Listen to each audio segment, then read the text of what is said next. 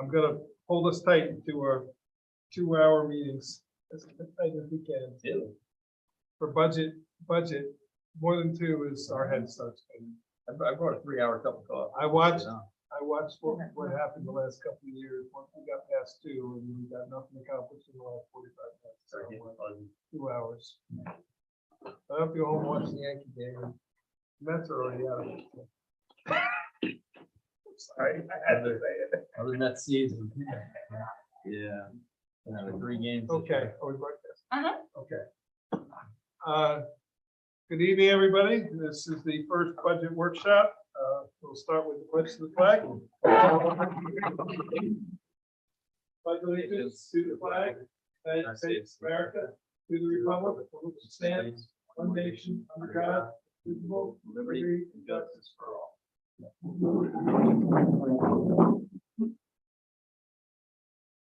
We will do the roll call. Alphabetically. Councilman Coleman. Here.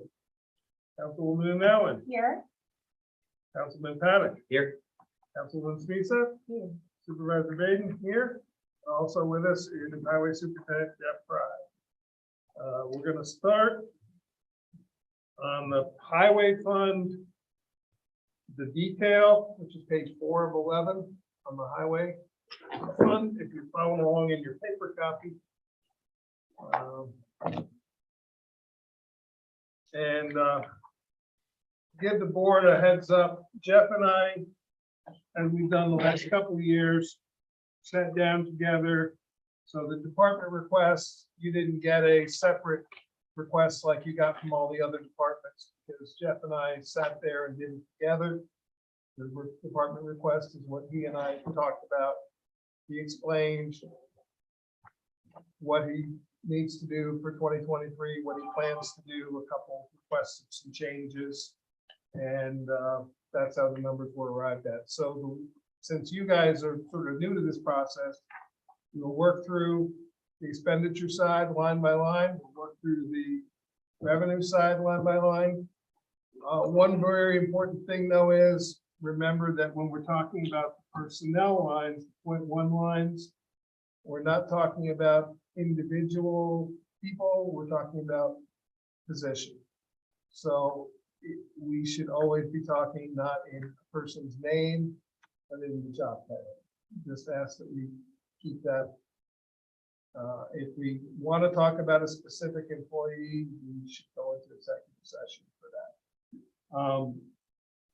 The amounts that are budgeted in the personnel lines, I emailed you guys a spreadsheet figuring 2,080 hours per employee per position for the 40 hours times 52 weeks. The numbers are arrived at at that time, it was the estimate. We're in collective bargaining negotiation. We did come to a tentative agreement on Friday afternoon. I'll be bringing that to us at the November meeting for us to authorize me to sign the contract. The union. The regular meeting. Yeah, I'd rather do that the regular meeting. It's not an urgency. It was a fair negotiation. We did have 2 meetings. Adam was able to have one, not the second one. There was an offer, a counter offer, an offer back, and then we agreed to meet again and came to an agreement with one change suggested by the union that we agreed to. We will have to make. No, actually, we won't have to make any financial changes because, and I'll explain the details when we do the contract, but I'll email you all out. There's a tentative agreement in the changes. Michael Richardson will now put it into, codify it into a contract language, and I'll be bringing the proposed contract based on the tentative agreement. So, but that is a 4% increase across the board for next year for all the highway workers, and these numbers reflect that 4%. So we may have differences of opinion as to what number of hours to be allotted to one category, but the total amount per position equals the most we're ever going to pay, which is 40 hours. just a sort of quick explanation on everything. So our first, we just go in order. The first is insurance. The highway insurance covers the equipment and any of the vehicles. The liability insurance that we pay on the buildings, on those things, that comes out of general fund. So this amount is only on the vehicles and equipment. It's currently, we budgeted 32.5. We overshot our estimate, or we were over in our estimate in that the total amount ended up being 29,116.42. We won't see new insurance numbers until right around Christmas. We're lucky to get them right before our workshop, before our organizational meeting. That's because our insurance company is working right up to the last minute to get us the best deal. So I'm budgeting 36, figuring roughly 10% increase. That's probably a little high. We can lower it a little bit. And bear in mind, in the big picture, we're starting out 12,000, approximately 12,000 total over the tax cap. As I said at the last meeting, there's no way we're going to get under the tax cap because we have to include the ambulance districts, and our tax cap total that we can go up this year is 107,879, and the two ambulance districts alone are 190,500. So unless we have a decrease of $90,000 in taxes, we're never going to be under the tax cap. So that's why, but we're starting out at 12,917 under the tax cap, which equates to in tax dollars 4.93% in spending, but also our revenue has changed, and our the taxable assessed value increased by $16 million. So that equates to a 3.15% increase, which is 6.5 cents on the thousand, which equates to, for a $300,000 house, $19.50. So just letting you know that as we work through, because we're already under the tax cap in terms of the general and the highway. We're never going to be under the tax cap in total because of the ambulance districts. So we're not fighting trying to get to under a tax cap from that. So that's where we stand. So, and this is the first go round. Just when we're all done with the whole thing, we'll look at the number, and if we can tweak anything a little bit one way or the other, we'll do that. So you two guys have been through this. Do you want to just sort of make any other comments? Oh, the only comment, like at the start, I had something about it. I had a question about the insurance. Is we would see in the meetings, and it would turn out that all of us were on the wrong page, like we were on different pages, because there's the summary and there's the detail and there's the highway budget and there's the general. So I just wanted to say that like we can maybe all just make sure we're on the same page. That's why I said page 4 of 11 and the highway budget. And the past couple of years, we would be 10 minutes into a conversation and someone would be like, wait, what page do you want? So that was just something I wanted to say, is that we've got the two sets, and there's a beginning that's the summary, and then the middle, the end of it, detail, and sometimes you can just be on the summary without realizing. The summary is the, the single decimal level of the 3 lines that we report to the state. But then we, the last now 4 years, have broken it down into a subcategory, and I think it's working. Previously, the example I use is first year in office, I wanted to know what we paid for our electric bill, and the only way I could do it was to go through every voucher and add them up. I couldn't, because everything was under buildings contractual, so I couldn't just look in the computer and know. Well, I couldn't even, with our old software, I couldn't even look in the computer. I had to ask Shirley to print something out, and then I could look at it. This way, I can go into QuickBooks at any time, which I'm actually looking at QuickBooks right now. It did take a while to load over here, talking back and forth to the server over at Town Hall, but I can tell you to the minute what we've actually spent, because the expenditure there is through the end of August, which was as updated as we could be at that moment. So with all that said, probably way more detail, but I just want to make sure we're all on the same page in terms of cuts. You can decide for yourself whether you think we should be a little more stringent, a little more flexible, and you know, so. And then I don't know if you said this, Mike, but the other thing is you can't just like pad a budget item. No. Like, so if we are gonna cut back, or if we do wanna be more flexible, there should be some thinking behind that. There should be a reason. Yeah, Like we if- do have to have a reason for changing. In the general fund, there's a contingency line, which has always been $30,000 since long before I was supervisor. When we get to it, you'll see I am proposing it to be raised a little bit this year. That's for a couple reasons. One is our total budget has gone up considerably, and I'm doing it as a percentage of the total budget now, as opposed to just $30,000 automatically put in there. So back to insurance. Jeff is proposing 2 new vehicles to be purchased in 2023 that we'll be getting to.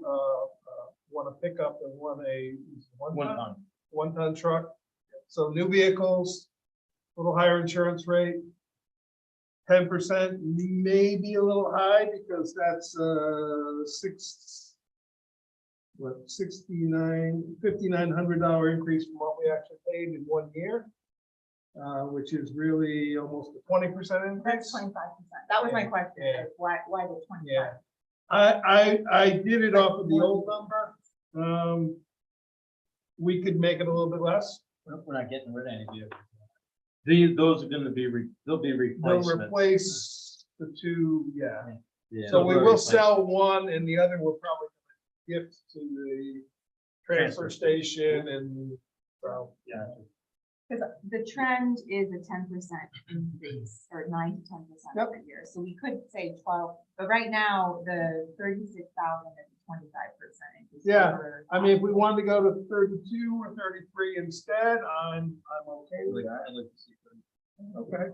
Wait, do we have another vehicle that we pre-purchased for some of the next year too, though? I don't know if 2024. it's- You're not, 2024. I knew that there was Yeah. one coming. I just couldn't remember Yeah. what year. The There estimate is- schedule. The estimate is January 2024. Yeah. Do So they normally go? that's the over? estimate. Well, it's already 2 years behind, All right, Yeah. so we'll get what we get. so I don't expect it this year, and I'll hold my breath for 2024. Do do we have a lot of damage to vehicles or anything that might make that premium go up? Not really. No, I know we had a few that were in business, but I don't know. That doesn't, I don't No, use insurance. We for that. never filed insurance. Yeah, I claim. don't We just paid the tow bill to get I them just out. pay that in mine. It sounds like we ought to be able to lower. Yeah. Yeah. Or 30. Yeah. I apologize. I don't have my right program open here because I'm gonna make changes as we go here. Yeah, cookies are They are, chocolate chip cookies. really. They're vegan, so they have like black seeds in them. I don't know if anyone has any like allergies. Never had an allergy to a cookie. Never had an allergy to any food that I've ever eaten. I'll break the I have a friend who's seriously allergic to garlic and he has to be really careful. I mean, he even gets just a little bit of garlic. Like the worst bee sting ever. He just breaks out in the hives. Really? Yeah. Sam said. Okay, so I apologize. What did we say? 33 or 32? 33. Okay. Oops. You didn't tell me there were vegan, I wouldn't know.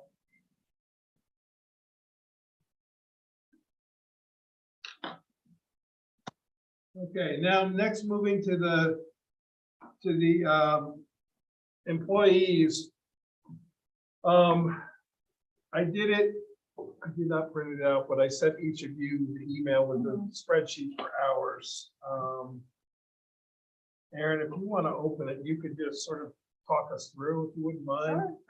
So the one, you're talking about the 2023 wages tentative, or is it? No, this wouldn't be the wages tentative, this is the highway hours one.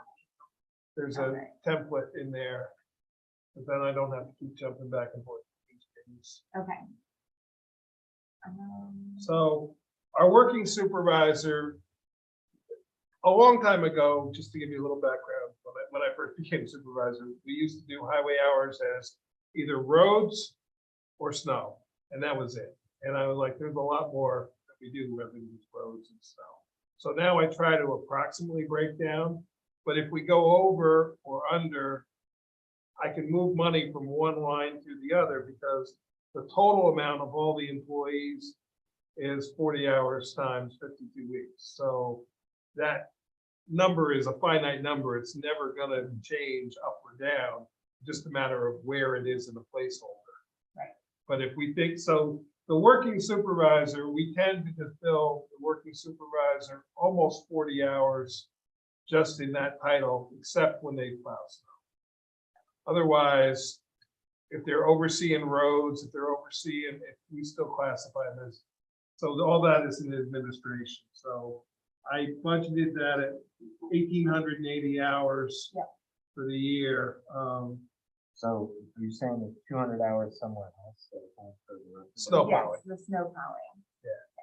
So that's where that number comes from. So I'm gonna kind of leave all these the same. I just wanted to sort of Aaron to say, or me to say how many hours we're doing. So in case somebody goes, oh, that, I think that's really wrong. Yeah.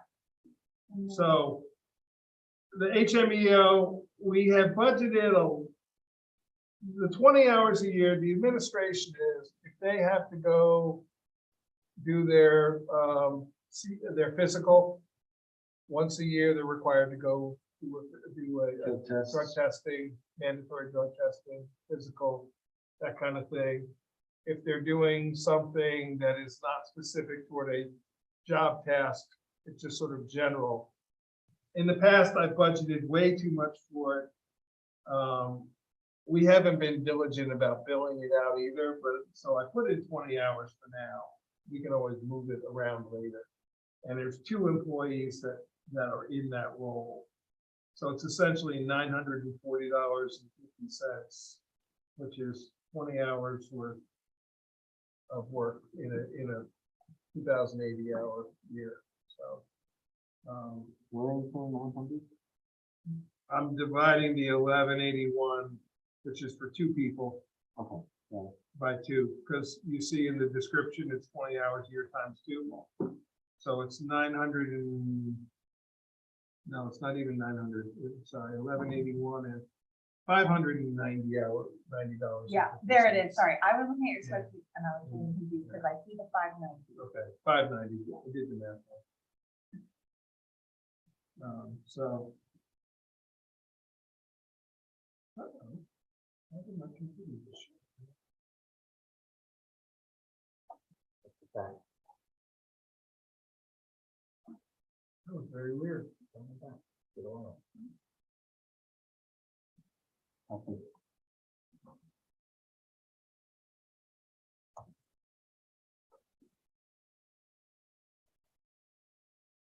The same with the HMEO, there's 4 people in that position, I budgeted the same number of hours. Now, the mechanic, currently we have 1 mechanic. One of Jeff's proposals is he would like to elevate one of the HMEO to a mechanic position, so we would have 2 mechanics, but 1 less HMEO. It is a 60-cent an hour difference in pay times the 2,080 hours. So he's already doing a lot of fabrication work, a lot of saving us a lot of money in that he's fabricating things that we probably have to go out and buy. We'll have somebody else fabricate. Yeah, Right. or pay somebody else to fabricate. Yeah, So- absolutely. I think it's a great, the extra $1,000, 60 cents times 2,080, so that's your $1,200 it's gonna cost us for the year. Now you can't get something fabricated for that. No, Are you gonna be okay being down one guy? He's still. He's drives still, it's truck an in the winter HMEO time. / mechanic. Yeah. So, but he's primarily been, this last year, Jeff has been using him a lot more as a mechanic. But he drives when we blacktop, he drives on snow. Yeah. He's just my extra guy I have in there that does my fabrication stuff, because he can do it with his eyes closed. And it's a tremendous savings to me, the stuff you've done, that I don't have to go out and have somebody else do it. Yeah, absolutely. So I'm just bringing that up because currently we have 5 HMEO post 2014 and 1 mechanic. So it's gonna go to 4 then. But we're all still talking about the physical, the time for people's physicals and stuff, but just breaking it up by the classes. Yeah, yep, it's broken down by class just for budgeting purposes. And for payroll purposes. The way we do the payroll is by job title. So everybody who's in one job title. Now in the highway, and eventually we probably could combine them. We have the pre-2014 and the post-2014. They get 2 different pay rates within the contract because the pre guys, when they negotiated the contract in 2013, they made pay cuts for the newer employees coming in, but the other guys were grandfathered in. So that's why you, in the budget and in any payroll thing, you'll see a pre-2014 and a post-2014. We only have 3 pre-2014 employees remaining, the 2 HMEOs and 1 and the working supervisor. Is there any other reason why we can't put it separately like this?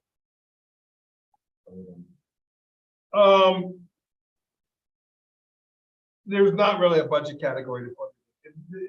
I put it in, I'm just using that as an example of what those hours would be. Okay. There's no requirement that we separate all these hours. We could bill them all in one budget category, but at the end of the year, when we have to analyze it, having these various categories makes life a whole lot easier. Okay.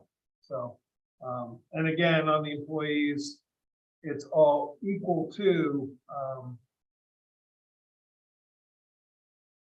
the total amount worked. It's just, The total 28. so now we get into the contractual items. Supplies and materials, this is supplies and materials to sort of run the highway office, essentially. Not necessarily office supplies, but various things. In the past, we budgeted $1,000. We can look back and see what we've spent in previous years. The contractual showing in the audited budget of 19, 20, 21 is a total of all of them. If you really wanted me to, I could go back and figure out what we spent on each line item, but it's because we reported as one category, it's hard to do. So I'm proposing we just carry over 1,000 on that, as has been previous. We spent $520 this year. I think it's probably a reasonable number. And this is again, previous to 2018, we didn't do any of this. That's why there's no number in the 2018 budget. Office supplies, we spent 155. We budgeted 100 at the beginning of the year. We upped it to 200. I'm thinking 300 is probably a better number this year. I'm just going to keep working through it, and you guys tell me to stop if you have an issue with something. Professional services, we budgeted 1,200. It went up to 3,700, and I'm trying to remember. Oh, I know what it was. It's the weather subscription that Yeah, you I'm do. not doing that. You're not doing it this year. Okay. No, And that I'm gonna was- guess like they do. That was Wasn't substantial. worth it. I So- could've guessed better than they could. So if that's the case, we can lower that number back down because we paid for that weather. Looks like. Yeah. 1,500? Well, I'll tell you how much it is in just a second. So good. It's like $4,000. Yeah, yeah. I think we paid, I think it was It 1,200. was, no, I think it was more than that, actually. I think it was like You get 1,200. one of those little weather stations like my dad's got out back in Toronto. Yeah, I have one at home, actually. I should get one for here. I have one at home, but, Was it the AccuWeather one? it was AccuWeather, correct. It was $2,200. 22, okay. Yeah, I'm not good. Okay. We're back Okay. to the old fashioned way. So if we're not doing that, then we can eliminate at least 2,200 there. Yeah. So should we go down to 1,300 or should we go to The, just out of curiosity, the, Voice Note Bridge, I know, is that gonna fall into anything like this? not these categories? Okay. We'll be getting to that soon. Mhm. That's a permanent improvement thing. Yeah. Do we want to go to 1,300? Do we want to go to 1,500? You know, What else is on that? so currently where we spent the money so far is we spent $198 with Syntax Systems. What's that? You know what that was for?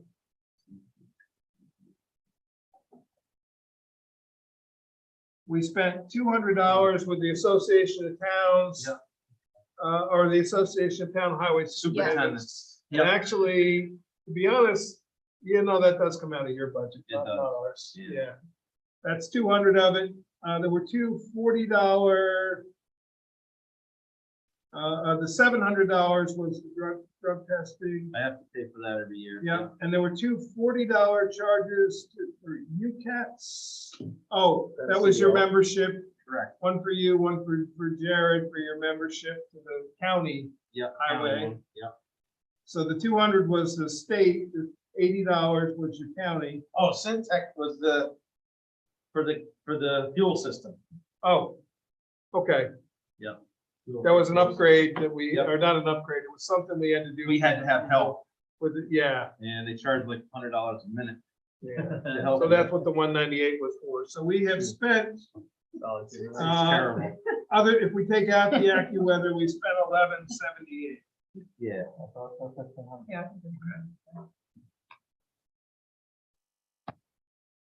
Down is good.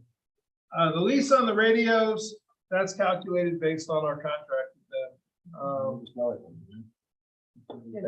Right, well, yeah, because it was 12,700 last year, so it's 9,600. 9,600. So that's what I mean. Used ones. Correct. Repairs. Yep. Sorry, refurb. Yep. So we've just cut $2,000 there, and we cut on the insurance, we cut $3,000. We're down another 5 already, and we're just barely getting started. Engineering, it's always a crapshoot whether we need it or not.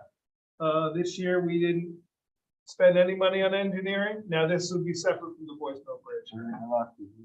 Next page. Next page, Moving along. to the right. Oh, that's the category. Yeah. So I like to put the 5,000 in there. You can look back at previous. Actually, we haven't spent it. No.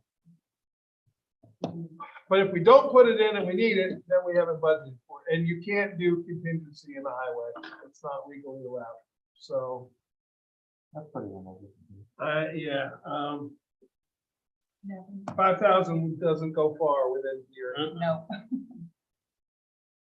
Now Jeff does have a culvert he's got to deal with, so we may have to hire. I'll have to him. use it for that. Yeah, we'll have to use it for that, because that will be chips refundable. No.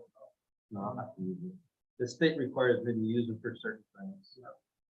Now, the maintenance of the roads, the personnel, so the working supervisor, we don't budget anything for. The HMEO, we're budgeting 1,710 hours a year times 2 people. Yeah, I thought you said there were 3. No, there's 2 pre-2014 and 1 working. There was 3. There was, Got moved to mechanic. Okay. well, the one that was That's moved kind of was, three. one that was moved was a post. There were 5, there used to be 5 posts and 1 mechanic, now it's 4. I thought you said 3. No, 3 that are pre-2014, but one of them is working supervisor. I budgeted the same number of hours. For each one there.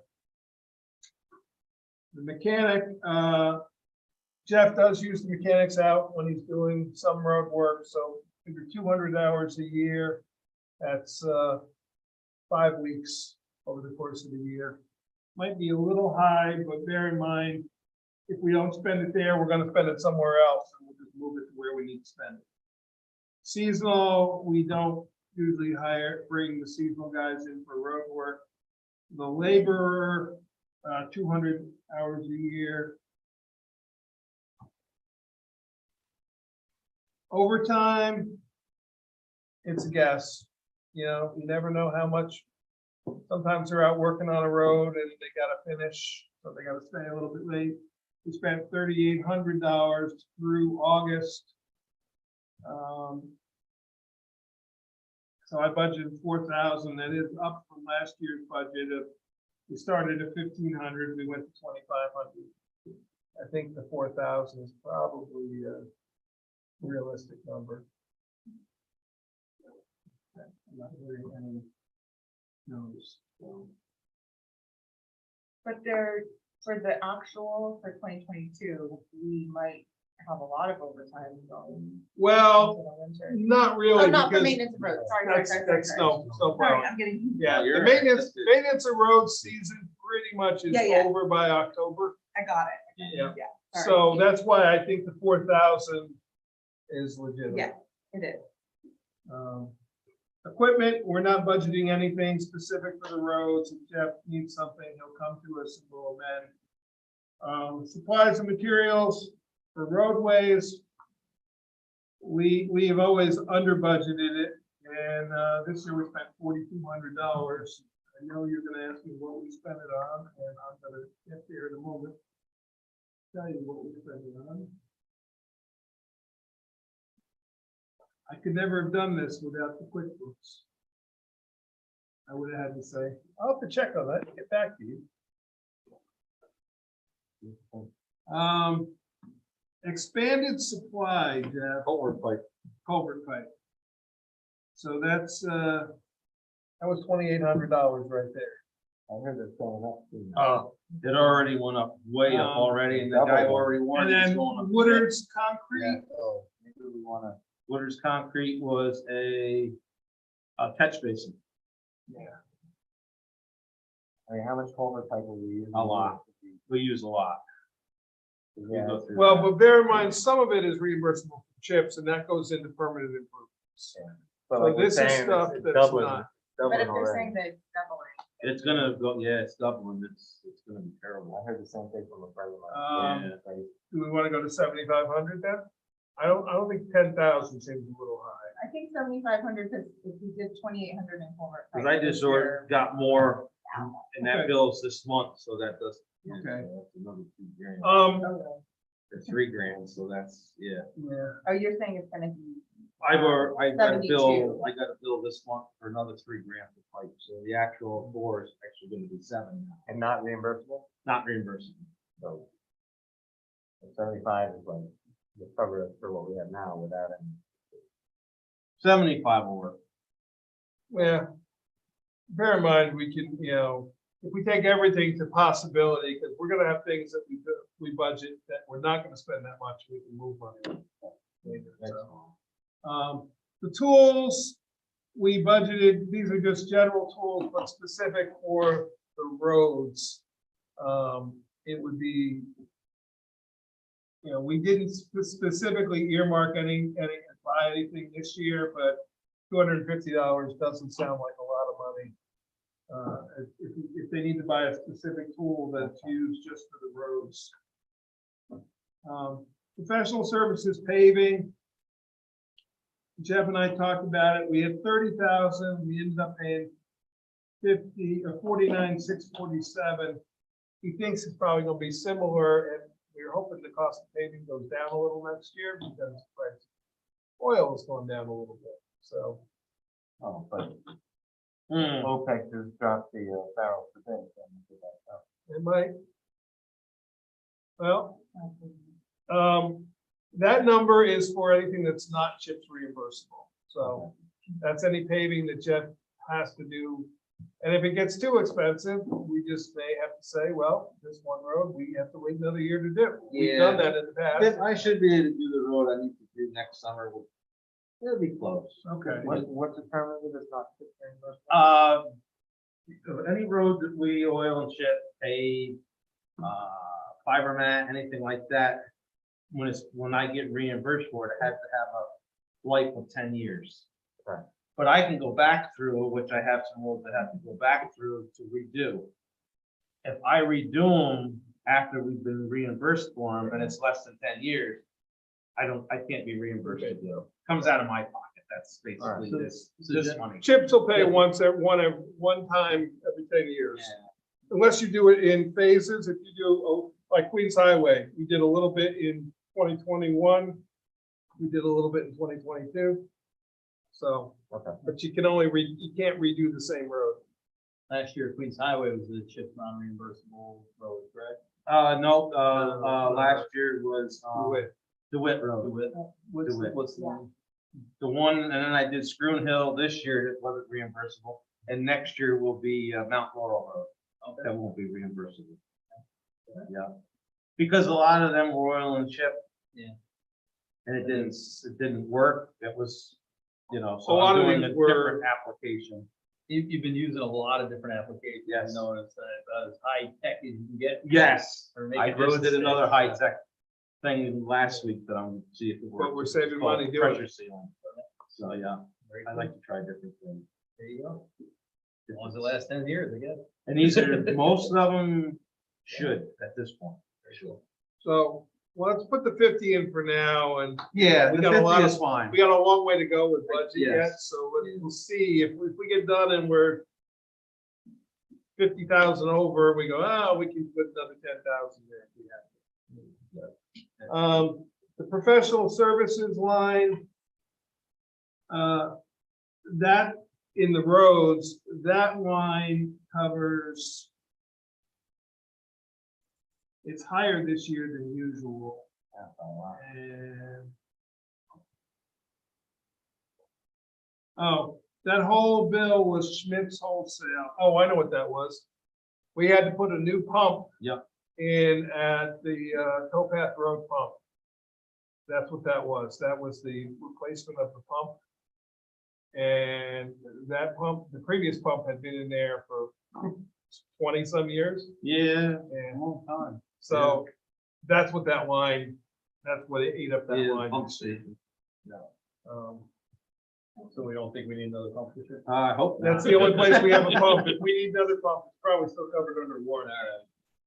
So I think in that case, if we had budgeted 1,000, I'm proposing upping it to 2,000 with no specific reason other than the unexpected, which was like that pump. We didn't plan on that pump going bad. No. It did. We made it back on the CCD. Well, Jeff actually No. just got the bill and it's gonna be in the next He month. was months late sending me the bill. I actually had to call him and say, is that gonna be free this year? We used the You street wanna bill sweeper me? in what, Oh. May? I swept in May. Yeah. Yeah, They I never just billed got it. us. Yeah. What was the bill? 6,000. Yeah. The Yeah. 6,000 is Yeah. our sort of, this is Yeah. what they bill us every Yeah. year. So. Stone, that stone is whatever Jeff needs to purchase, just in general stone, not for a specific job, but a little bit here, a little bit there. 6,000 had always been okay. This year, we crept a little bit above it. It's basically for item 4, but we don't put item 4 listed in there. We put it as stone, but that's majority. what Would that you rather I goes. call it item 4, or we can You change the can, title? because the stone, the normal stone I get is chip reimbursable. Okay, Item 4 is not. I'm gonna change the, Yeah, we'll change the name then. because the stone I use on the roads for oil and chipping. Item 4, unless I'm building a road with it, which I don't normally do, it's not reimbursable. It has to have a certain application. This is not gonna last 10 years. Right, I use it on top of culvert pipes and stuff like that. That doesn't count. Chips is It's not base. It's a base. maintenance, Yeah. chips is construction. Yeah, So, and they don't consider it that. Resurfacing a road every 10 years is not considered a maintenance, it's considered an improvement, permanent improvement. So, CHIP stands for Consolidated Highway Improvement. I forgot what the PS stands for. Program. Program. Yeah. I just saw it the other day too. So anyway, 7,000 is probably okay there. The cold patch, we budgeted for, we spent 6,400. We raised it to 10,000. 10,000 clearly was too much. So I went to 8. Cold patch is also not chips. Yeah. So we just added 2,500 of the 5,000 away, but we're still on the negative. Now we're into the permanent improvements. Sometimes we bill the labor of the workers into chips, which we are allowed to do. This year, Jeff didn't because he took the money for the materials themselves. But I'm budgeting just a week's worth of work for the employees in case we decide to bill it to permanent improvements. Because that, the comptroller's office, when you file your AUD, they want to be able to identify your CHIPS expenditures under your permanent improvements line. So that's why it's a placeholder at this point. If we don't do it, that money will just move to roads, which is kind of what we did this year. I mean, very little of our money was used this year. So we did 40 per person. Yeah, it's 1 week's worth of work, and that's, I tried to break it down because it's so much of a guessing game. I tried to just do it as a specific amount. Occasionally, we have to do a little bit of overtime. We have to, continue working past. We did 2,500 last year. We've only spent $645 this year, so I was bringing it down to 2,000. Sometimes we do a 10-hour day when we're doing the paving with the companies instead of knocking off the 4 days or 2 days. Equipment, there's nothing in particular. The 32,000 that we added to the budget was that hot box that Jeff purchased, and that was chip reimbursable, so we added it into the bill. This is where the road work. I'm budgeting 500,000.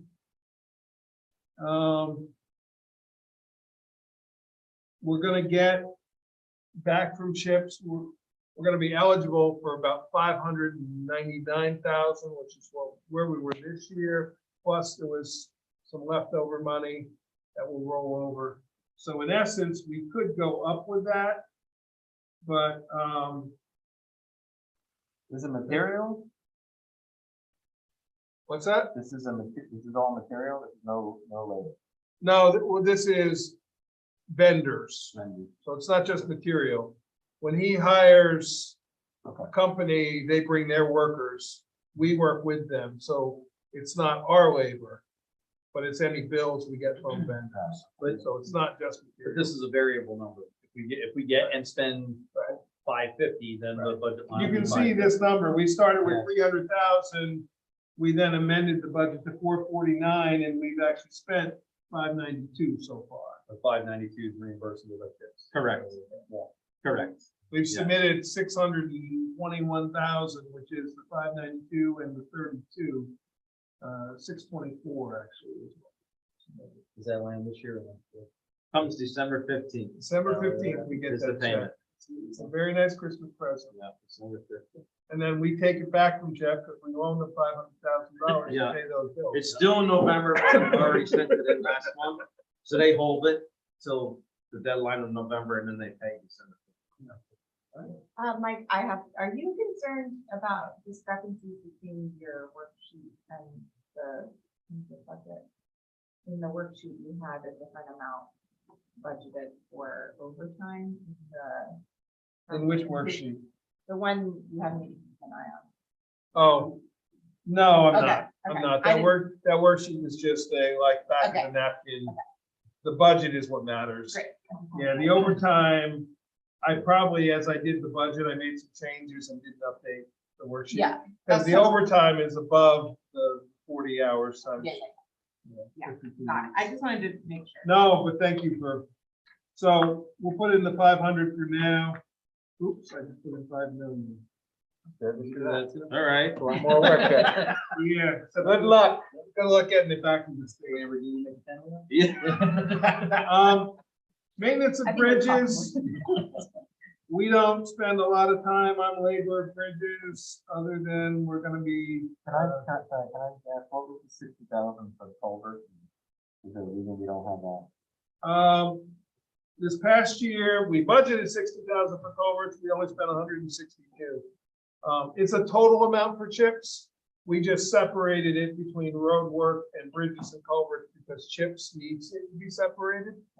Jeff's not proposing at this moment any chips reimbursable culvert work next year. Yeah, But it would all be reimbursed. correct. It's all reimbursable, it's just a matter of what placeholder it is. And actually, in that case, CHIPS doesn't really care because, well, they do a little bit in the permanent improvements.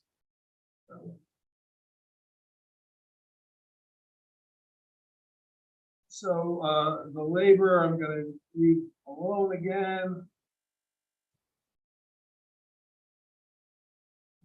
Now moving into contractual bridge maintenance.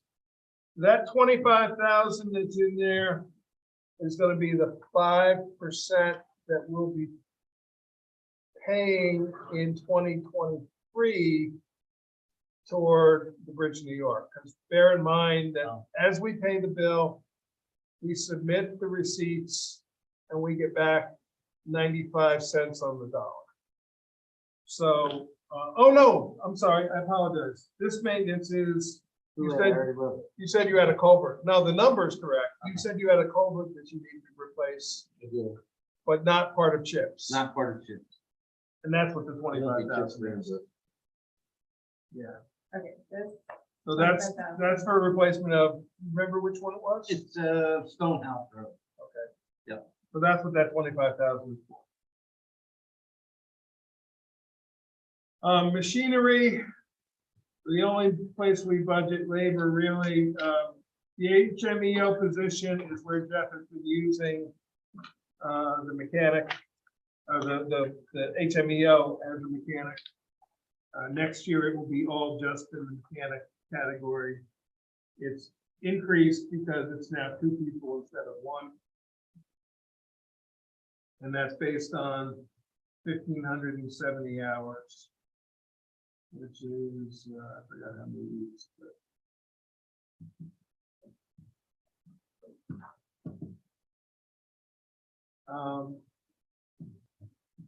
Supplies and materials for the mechanic, that's generic stuff. That's not specific parts. That's bolts, screws, hardware, that kind of stuff.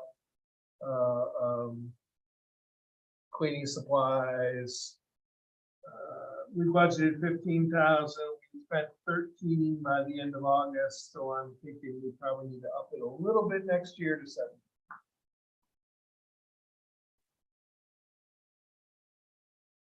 The tools.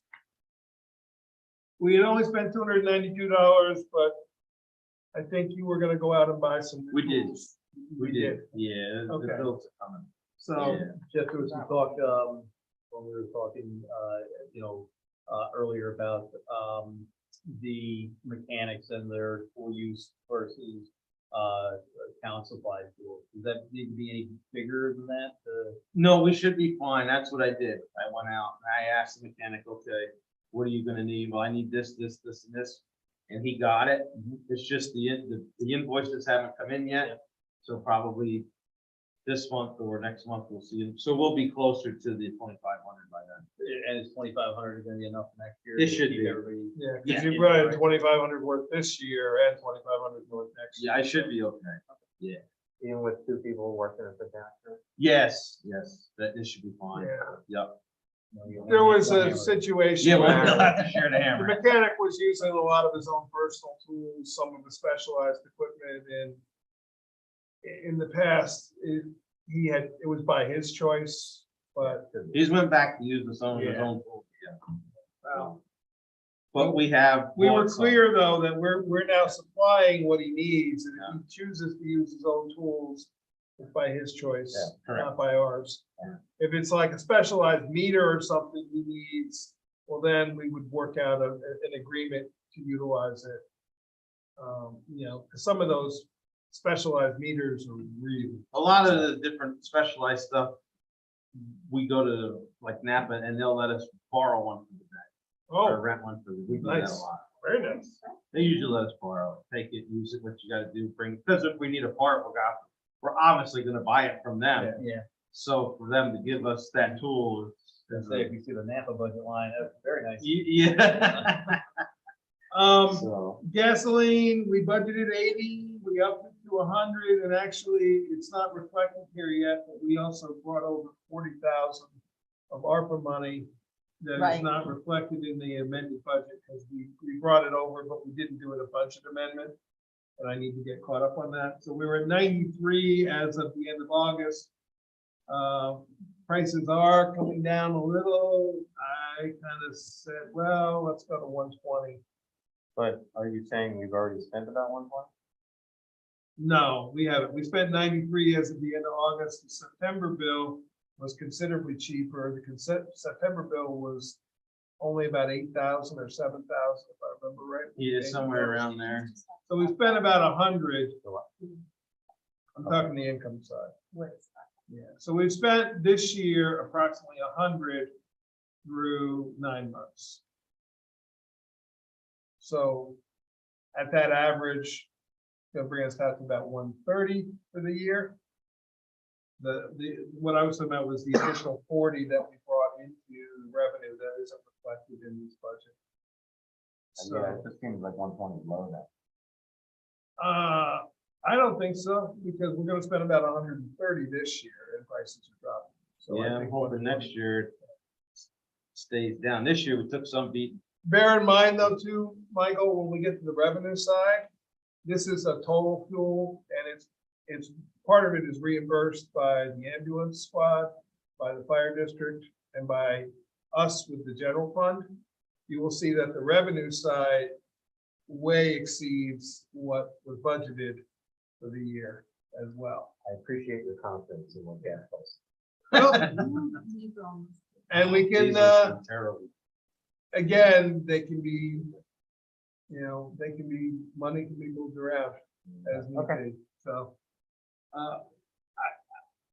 Unless somebody really thinks 120 is off the wall, why don't we start with that? Yeah. We can always go Are the back. new vehicles we're getting, more fuel Energy efficient? efficient? No, No. no, Definitely they're not. about the same. Yeah. Yeah, they won't be worse, They but they won't be burn that much better. Yeah, We can get an electric dump truck here. I'm not ready for one of those quite yet. The professional services line, we had several incidents of vehicles that had to be pulled out of ditches this year. Unusual number, it was the It happens. weather we had. Mhm. We Part of the budgeted business. 5, we upped it to 10. We're probably, with any luck, that number won't go up anymore the rest of the year, that 9,700. That's pretty much what that is. Yes, yep, I can tell you exactly what it is. Why. There was one month there, like 3 or 4. Yeah. It was tough, yeah. You get one bad ice storm. that's Oh, the icers were the worst ones, the ice storms, yeah, there's not much you really can do. Once the No. truck's decided it's gonna go a different They direction, don't stop on you ice. just hang on. As long as everyone's okay. Yeah, it. That was and always- unfortunately, it does happen. It's, That was always Dad's big one. He'd come home, tail, and he'd say, 10 tons just got away from me and started sliding down a hill. So Yeah. the answer, Michael, is 7,500 of that is two incidents. Yeah. It was a $4,600 and a $2,600. It all depends on how many trucks they have to send out to get us. So even there in the spring.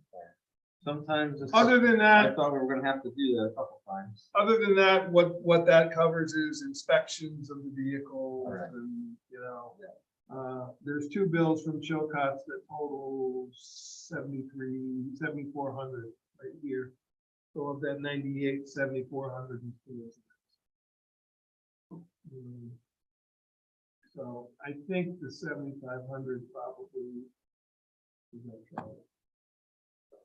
Rental and lease, that's the welding stuff that we rent from. Yeah. The tanks, the reason we're only at 200 is just the cycle just hasn't quite kicked in yet. We usually get a big bill one time during the year, and I think it's usually in the fall. Yeah. So Yeah. the 800 seems to be the correct number for past years. Oil and lubricants, we spent 4,500 of 7,000. I think 7,000 probably an okay number. Parts, well, we budgeted 65. We're at 60 as of the end of August, and I'll be honest, we're probably over 65. Oh, you're now. gonna be. But bear in For mind, this one. we fix a lot of things ourselves, so that's rather than the repair line being high. The parts bill as of the end of September was 62,700. So you got some whoppers coming this month. Okay, well, Because parts don't go down either. No. They went up. should we up to Terrible. 80,000 then? We still got 3 months. Yeah, probably because Okay. I don't see next year then, once that stuff goes up, it seems to stay there. 80. Tires. We started with 9, we spent 9,700. I'm upping it to 12,000. The 9,700 is what we spent through 3 months. It's usually when one vehicle needs tires, that's minimum $3,000 or $4,000 right there. So, Yeah, they went way up. Tires have Yeah. skyrocketed. do we want to go to 12? We want to up it to 15? Definitely, based on the vehicles, is there gonna be any reduction because of new vehicles? Well, we're gonna get 2 new vehicles, so they won't need tires. 12,000 would be fine. 12 is okay? 12,000. The repairs, we're at 11,800. It's, we don't spend a lot of money on repairs. That's when we actually send the vehicle out to be repaired. The 11,800 was through 9 months, but there's nothing in particular that we're gonna have to send No, I out. haven't had anything Yeah, sent out lately. I probably don't foresee that we'll have to. and we're getting newer vehicles coming up, so it's the likelihood that they're gonna need a repair. And if they are, it's probably covered. My under newer warranty. trucks that I already have, a lot of them are under warranty. It's the older ones. Most of this is the older ones. The newer ones, I'm lucky enough, they're all still under warranty. So I don't pay anything. So But to get those. 12,000 seem okay for that?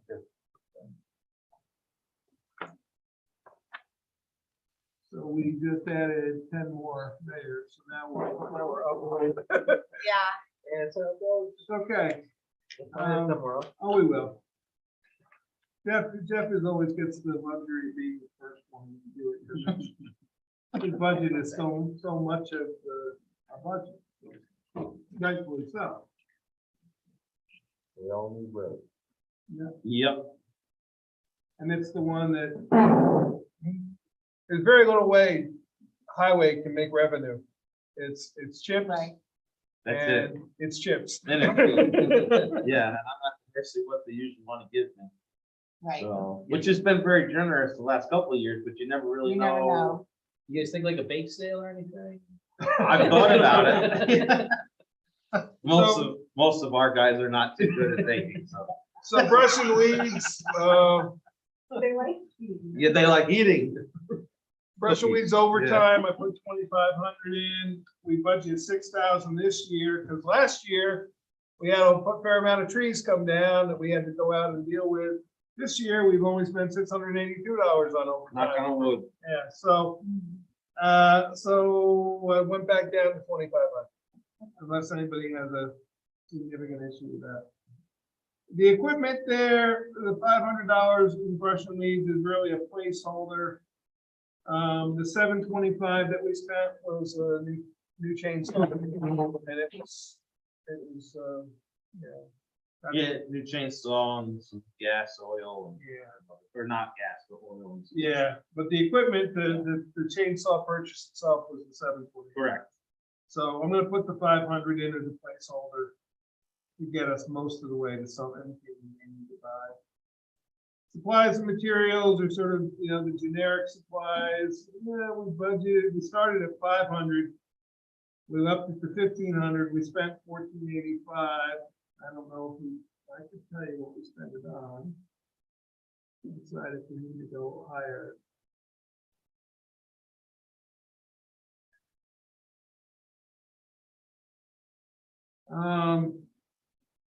We spent 1,244 with Keel Yeah, back in that's, March. yeah, that was a air conditioning condenser for one of the John Deere. Oh, so that's really, that probably should have been under parts and not under supplies and materials, to be honest, but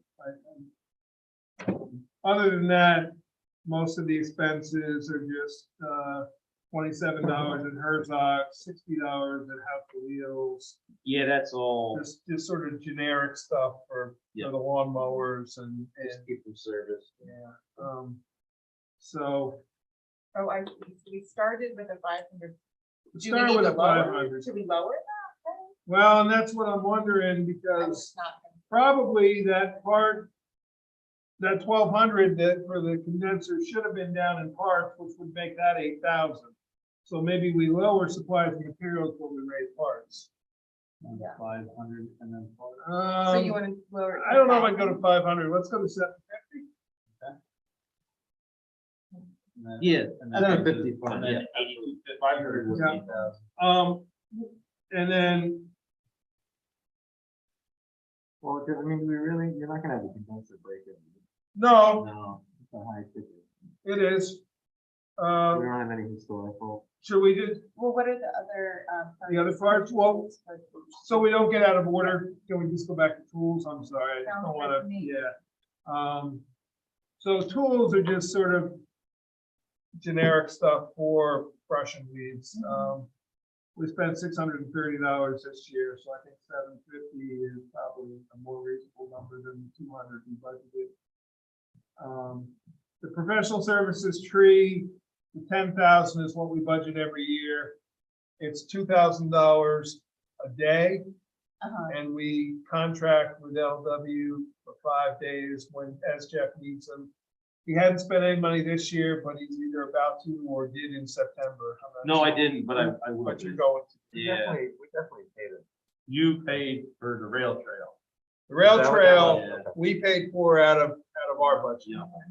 Because the rail trail is not, Jeff is kind enough to help us out, but it's not his bill, it's our thing. Yeah. I was gonna pay it, then Mike said, no, He was- I'll pay he it. I didn't did. argue with him. He actually put it in his bills and I took it out. I said, this is our bill, not yours.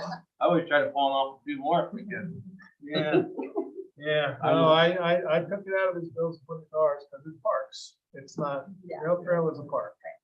It's not a highway, even though it's a moves people.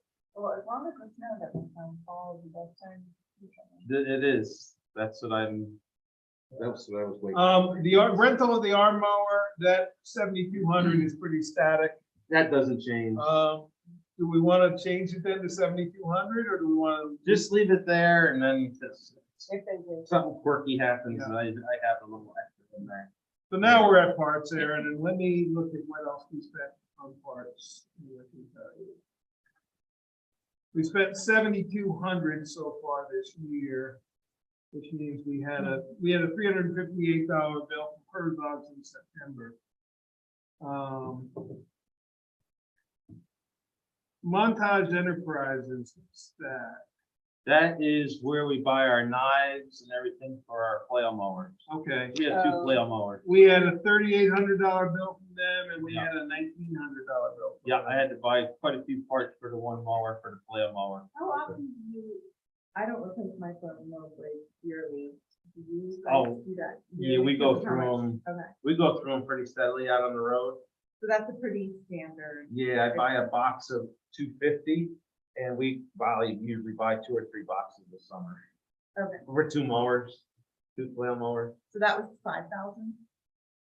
That was 5,700 right there. No, yeah, 57. It was a $3,800 charge and then That included other, not just knives, that included an actual, the actual tube that the flails go on, because that was bad.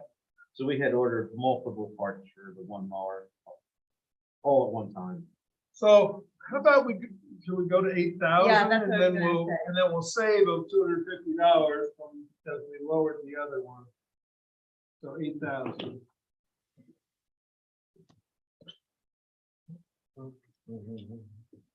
So ultimately, If it's flail mowers, but they know what they were. Oh, flail mowers is great, Yes, but they are powerful. yes, they are. They're mostly just for the side of the road. Yeah, we start in May and we actually just finished last week. I had 2 of them and they just mow the roads. Just so Airport Road gets on that long ago. Yes. Yeah, it was appreciated out there with going. Yeah, oh, okay. So moving on to snow removal. Bear in mind, this part of it is not overtime. This part is from 6:30 a.m. till 2:30 p.m. You do have a long time. I do, but I'm just saying in the beginning, I budgeted 200 hours over the snow season, which is essentially January, February, March, November, December. That's still part of the 2080. Yes. So, All of those. Yeah. Should, and all those that money can be moved to wherever we need it by job title. But we do overtime. Yes. We don't do overtime. Everybody's overtime goes in one category. We didn't used to even do it that way. It used to always be overtime for everything. I wanted to know how much we were spending on snow. Correct. So I'm budgeting 1,000 hours a year. The $55 an hour is average. The average wages for overtime, depending on, probably a little bit high. Some of the employees, their overtime is a little bit higher, some is a little bit lower. Actually, the 1,000 hours is, that's the wrong number. Should be about $50 an hour. So that should actually be 1,100 hours. But,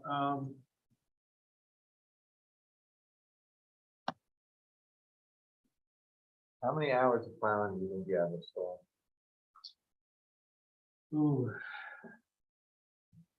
Well, I know in winter's not over yet. I mean, this year, I should say this winter's not over yet, this year.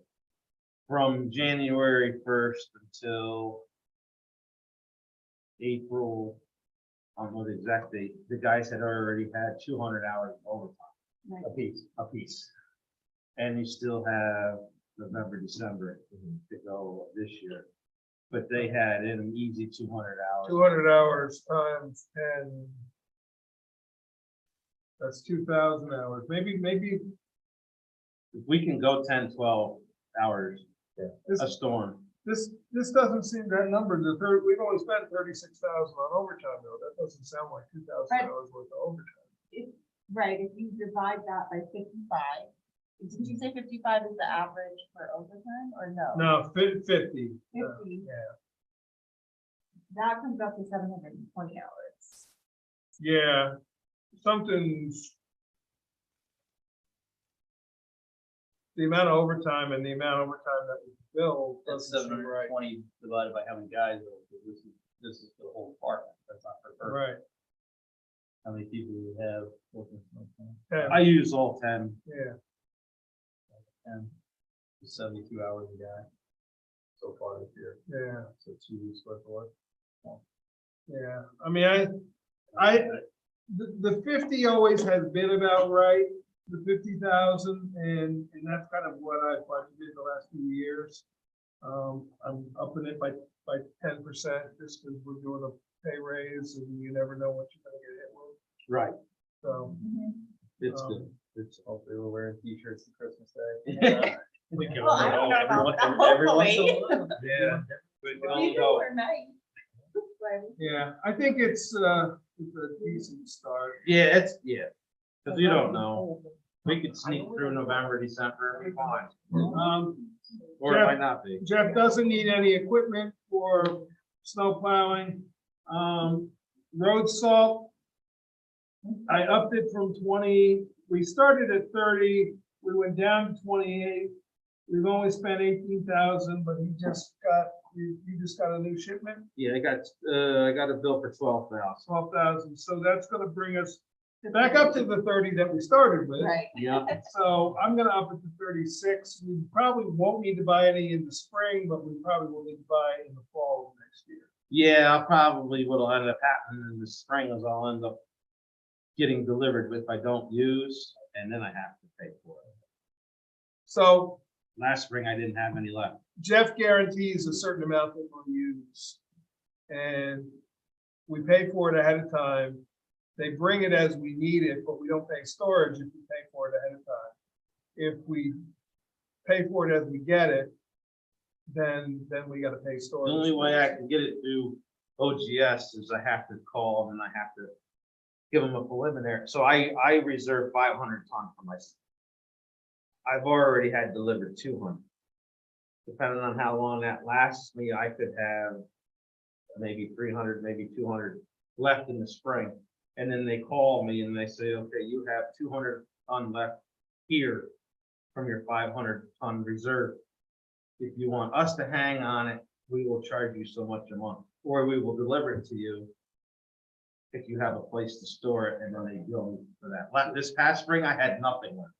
So, and that's what I was getting at. Last spring you started with 0 and we're getting a delivery.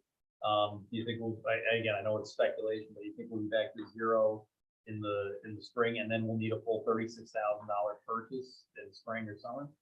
to get I'm next fall? further ahead now than I was last fall, because last fall my shed wasn't full. Right now it's full, and I have probably 100 ton salt left. So that should take me to January or further. I have my fingers crossed that I won't go through the other 300, all of the 300 that I have left. Jeff's taking advantage too. Last year, Marbletown let us store some of our salt there. And So salt we- went down this year, which is the only thing in Oh, yeah, in the and- world. And the price went down on salt. $66 a ton versus 72 that I paid. $6 a ton. I'm thinking we could cut that budget line, because again, if we had to go from, if we had to buy an entire year's worth last year and it cost, what was it, with the salt, if it cost 18,000. Well, he just But- added but- 12 more to it. But that's gonna carry us into next year, right? We're not gonna need another 36,000 next year. I mean, we potentially, we could, anything could happen, but 33? even thinking 20. Yeah, I'm thinking you could go that low, right? What's that? I was thinking 25, I was thinking 20, but 24. yeah. I would say 30. I think 24, 25 is too low. I think 30. What if we Unless have, you want to split it in the middle. Adam and I are putting the marker down. No, 28. next year. And I don't. Chris I Hewitt don't did wanna- that to me on fuel 2 years ago, and the first thing I had to do, first budget amendment I had to do was raise 2 years ago, was raise our fuel right back up to where it was. I'm not trying to run you short of just saying we have. I am further ahead right now than I was this time last year. Yeah. But what I have in the shed. We unless got no get- idea what, the Mega weather Bomb. was pretty good last Yeah. year. we get mega bump, so And I that- think we should keep it to 30. Because Yeah. then we'll have a little bit of encouragement. Oh, 30 is doable. I would have went to Right. 28, but yeah, 30 is 30 and doable. 230. Mega bomb, yeah, but yeah, we're due for one. Yeah. And the sand, we can keep, the sand, we can do at 30 then too? Because we spent 25,000 so far, and you said you're gonna need to get some more sand this year. Yeah, I already You got it, already did. but Frankie told me he wouldn't charge me, he would not bill me for it till January. Well, you still have, actually get him to bill us for 5,000 excuse me, of it right now, because we got the money in the budget. Okay. Tell him we want to pay 5,000 of it now, but if he wants to hold up. Well, why he did that was because he needed to move 200 tons of sand. Oh, And instead of moving it, I said, well, I'll take it now. And he says, all right, take it now and I'll bill you later, first of the year. And I said, oh, let me look and see what I have in my budget. And maybe I can pay for all that before. the first of the year." yeah, so this year, so far, we spent $1,100 in January, we spent 9,600 in February, we spent 7,500 in March, we spent 7,500 in April. So that's the 25,800 roughly. I rounded off, but So is that about where you started at last year for sand, or were you down, My Like how you were before. shed was emptier this time last year. than this time. Right now it's Okay, full. so now you're like full. I'm up ready. this year But you compared haven't to paid last for it. But you haven't paid but for you it. just got more sand that we haven't I paid for. haven't paid. You know what, you know how much sand we got, I think, believe it was 200 tons. which is how, what's our price? It's 750 a ton. So that's 15,000. But that's But why. that's technically earmarked for next year. Yeah. I Yeah, think we should he's, keep it- yeah. Well, we he's- can pay 5 of that now, and we'll pay the 10 next year. I could so- tell him that. He didn't want to cut me short, but he wanted to move, so it worked for me. Yeah. He says, I'll bill you the first of the year so that you don't have. to Well, worry ask him about if he paying. will, because we got the 5,000. All right, ask him to yeah. bill us 5 now. Yeah, I'll tell him we'll pay it 5 now and I'll pay the rest next year. And But we didn't budget 30 this year, we only budgeted 27, so we actually had 15. we started at 25 and went up to 27, And and we've now spent, we spent Never mind. 25 before this, so. Never mind, we- Never mind. We don't have it. No, we don't have, we're back to January. January's fine. Okay, so we're starting the year with 15,000 billed, Yeah, so I think we should stick it at 30. I do too, yeah. Yeah. Okay. I mean, the total for the two is 60,000 and this year was 55.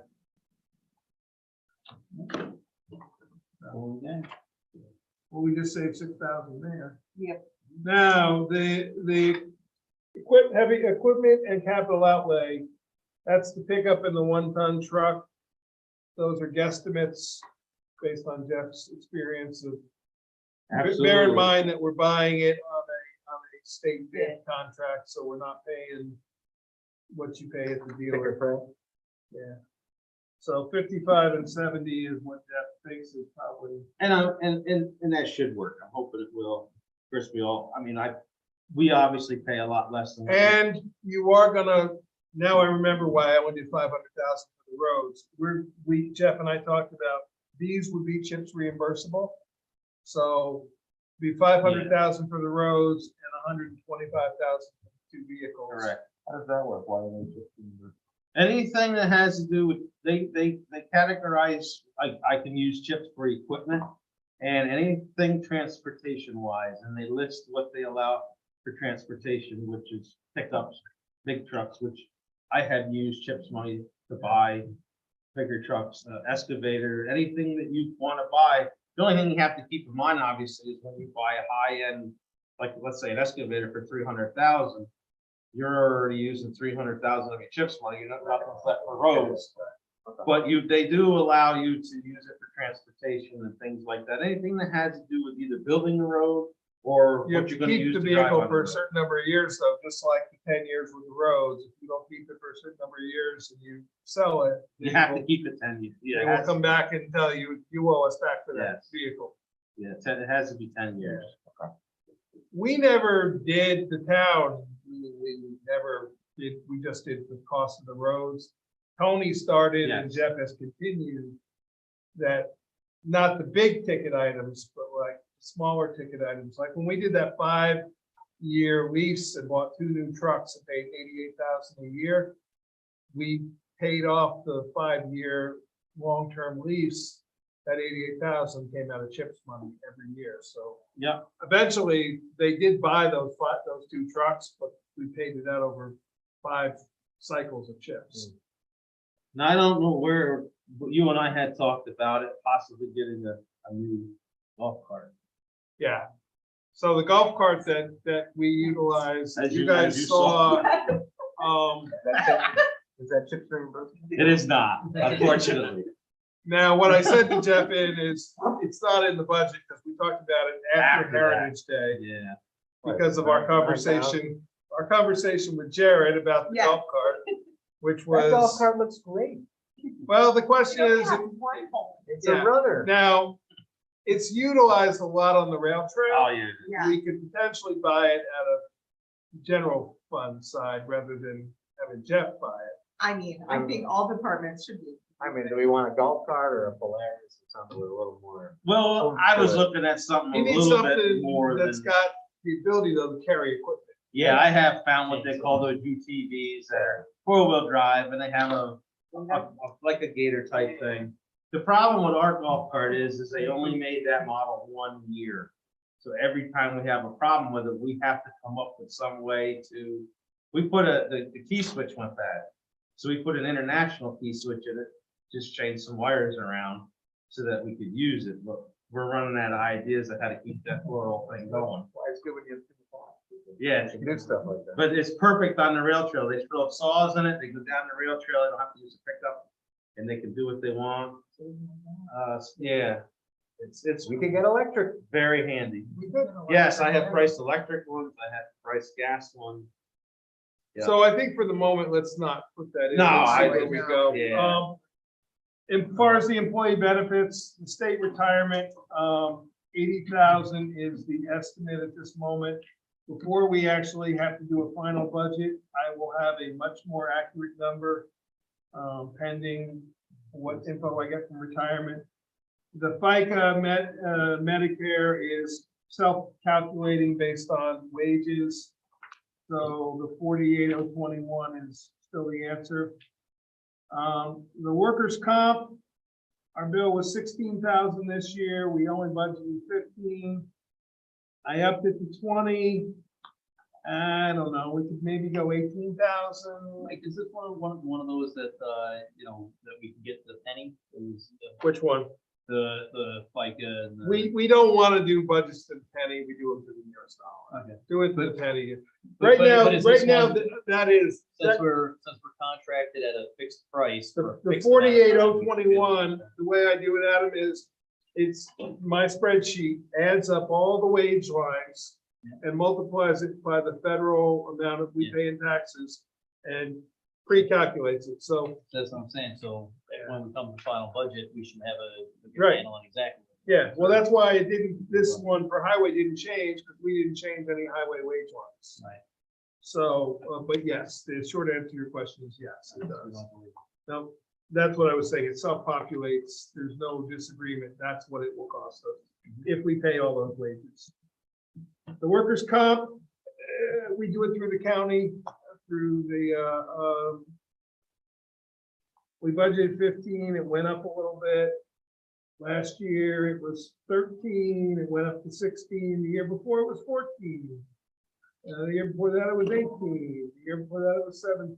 So it's kind of in that range.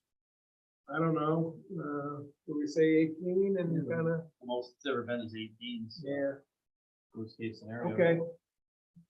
Told me. The unemployment insurance, it was an anomaly that we had the 8,500. Normally, we don't have any. We only pay unemployment if somebody leaves and is credited unemployment, you know, so I think 1,500 is probably a good placeholder just in case. Bear in mind, that's only like 3 weeks worth of payments. So it's either gonna be nothing or it's gonna be $8,000. If one person leaves and you end up paying 26 weeks of unemployment at, it could potentially be like $13,000 at the 504. So Mike, if you average it out over the last 5 years, we Oh, even, no. you think a 0 year, the $11,000 year, the 0 year, Yeah, the yeah. $8,500 months, it's 4,000 a year on average over the last 5 years. Yeah, I mean, that would be, again, if it was 0 this year. I would But budget them $4 the grand. 8,500 was a very unique anomaly. So, And I'm sure so was the 11,000 back in 2020. yes, but the 11,000 in 2020 was 100% paid back to us by the federal government. So, Okay, so if that ends up being 0, okay, I can go for another yeah, yeah. That's how much we paid, but there was a revenue line to offset that. Disability insurance, we paid 49, for highway is pretty low. We take the 60 cents a paycheck out. What we have to do is pay the small amount of the difference of what it's due. So the employees pay most of it. We pay what little bit is left. The $49 is through 2 payments. We just got our bill through September. That was only another $20, so we paid $70. $250 is probably too high. The 500 was definitely too high. I think we could go to 150.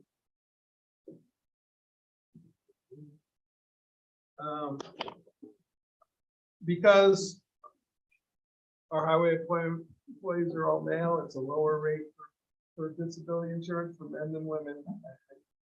I'm not the insurance agency that sets those rates, but the health and medical insurance, I have good news. The retiree insurance is going to go down to $31,027 instead of the $31,500, which was a guess. The medical insurance is still to be determined. I'm going to ask that until we know how many people we have signing up, we leave everything as is. And I'm going, before we do a final budget, we will confirm reality on those. When does the open enrollment end? The meeting is going to be next week, and they have to be signed up by December 1st. Our program starts, but we need a yes or no from them by 3 weeks in advance of that. So before we do our final budget, I will be able to do realistic spreadsheets of insurance. And these two can tell you that I'm usually manipulating that till the last minute. We all say aye. Sometimes Yes. The employee benefits is going up. We are agreeing to $500 instead of $300 per person for clothing allowance. That's times 10 people. What happened in 41? That was the ARPA premium pay, which had to be classified as a benefit. The band principal, we owe $100,000 on the Mill Road culvert bridge. Culvert actually it was, right? Not bridge. Nope, that was a bridge. Of the bridge. Yep.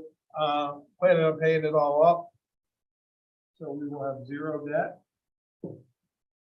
And the 2890 is the exact amount of the interest on that we will pay at that time. The transfer to capital projects, that is the amount of money that we have currently dedicated from the DOT toward us as of this moment, the 373,693.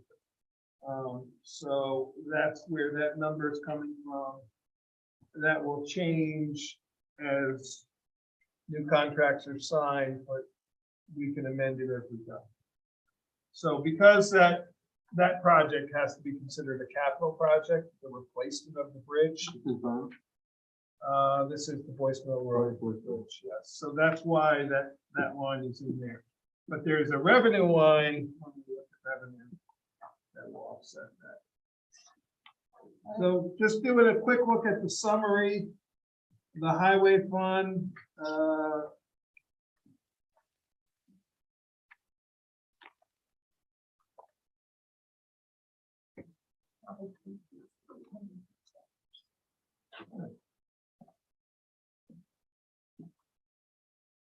I've been fighting the temptation, but I will say no. Thank you. Okay, cool. so we're at 20, we cut, actually I have $1,333. Okay, $1,323. So we cut out of the highway fund the budget $1,323. We're at $2,618,662.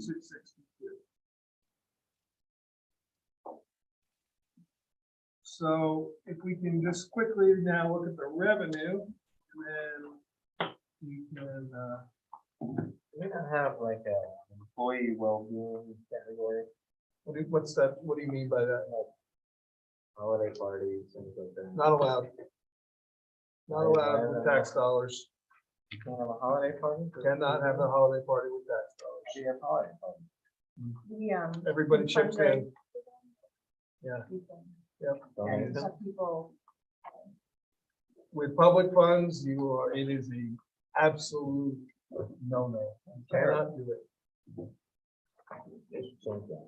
No. I'm gonna write my elected official. Now, What? so yes, so now we're doing revenues, which is page 1 of the highway fund. Thank you.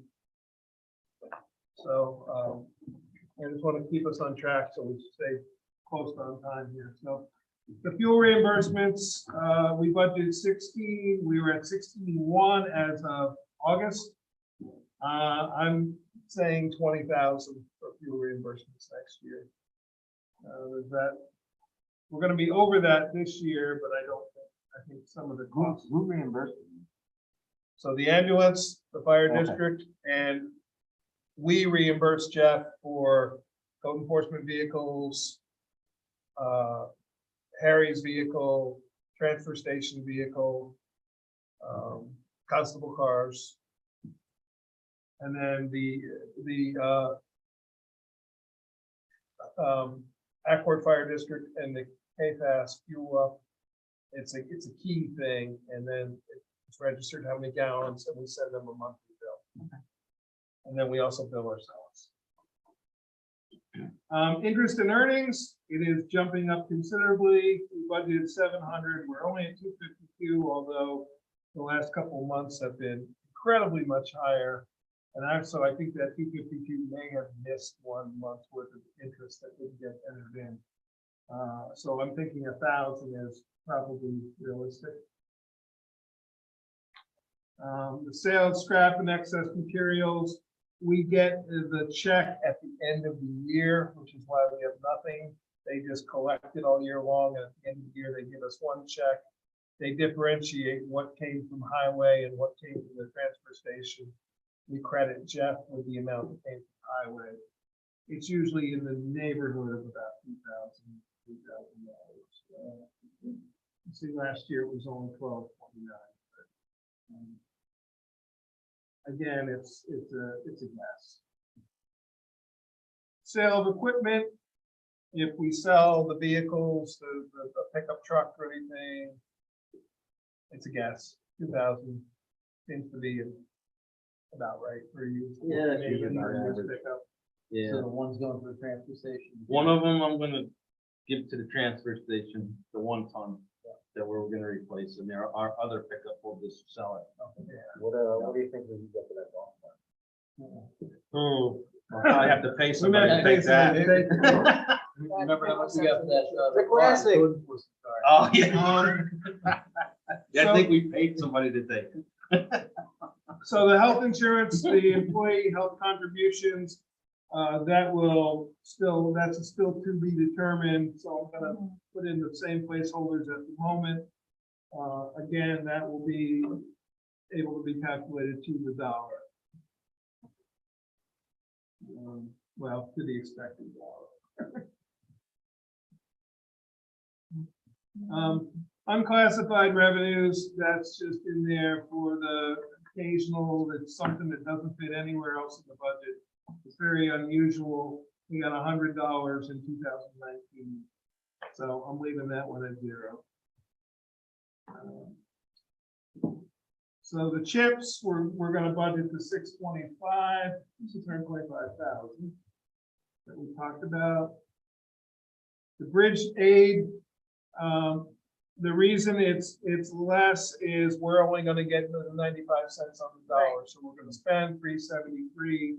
We're gonna take in 355.08. sorry. And the interfund transfer, what I'm proposing is Jeff's fund balance is kind of tight, and we have a pretty good general fund balance. I'm proposing that we, in 2023, transfer $100,000 from our fund balance to Jeff's, pay the $100,000 fan loan we have. So instead of it coming out of Jeff's fund, it'll come out of ours, that we're basically giving him the money. It's all the same taxpayer money. I think it will help him save $100,000 and take it out of our fund balance. So that's my proposal for that. That's why that 100 is in there. If we don't like it, then we have to find it somewhere else. I clearly missed some category because something didn't add up, right? My total just came up very different. Oh, no. It self-corrected itself.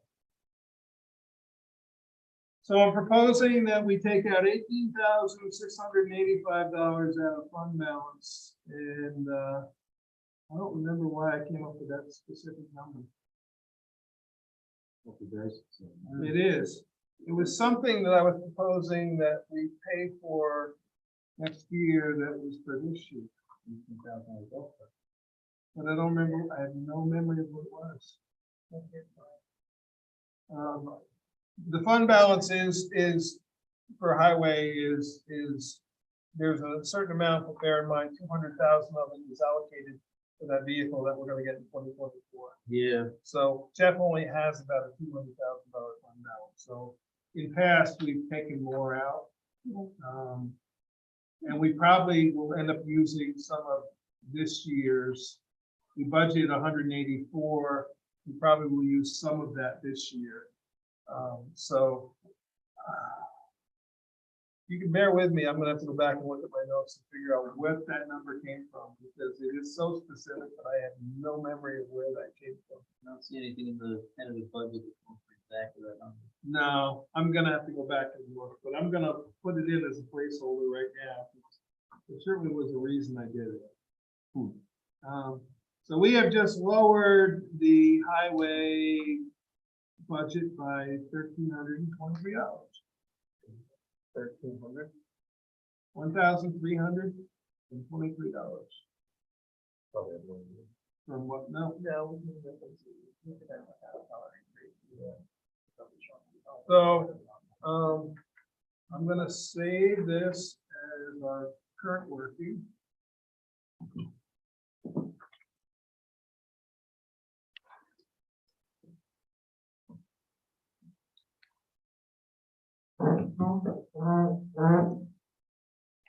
And today's date is. Were you looking to do the 313? I got a couple roads I gotta do some trees. Voice Mill Road, I gotta do some on. Firm Road now, I got that. Always, sure. There's always, place you could pick any road and go to. It's crazy, you know. There's a lot. You know, I tried to do a little bit, and then a little bit, and then a little bit. It's, you know, couple days worth. And So Waterfall Road had a bunch of big branches come down the road. that Yes. takes off the side. I got a couple there. I got one that right on the other side of the bridge. For Stephanie Davies, she had asked me to cut one. It's right on our, kind of in the town jurisdiction. Yeah. I told her it's a great big pine. Yeah. That might be one of the first ones I cut. Yeah. She's been very patient waiting. I told her, I said, I'd rather wait till the fall, and do it. So it'll help us to give us a little bit more room back there, because you know how tight it is. Yeah. So before we let Jeff go here, there's one small section in the general fund that is highway related. I just wanted to talk through traffic control. It's on page 28 of 45 in the front under the general fund. The highway signs, the road signs. So Jeff is in control of them. However, the town board pays for all highway control devices, meaning road signs, and the posts holding them up, all that. So we budgeted $6,000. This year, we spent 1,938, however, 833 of that was a bill from last year, so we've only spent 1,100.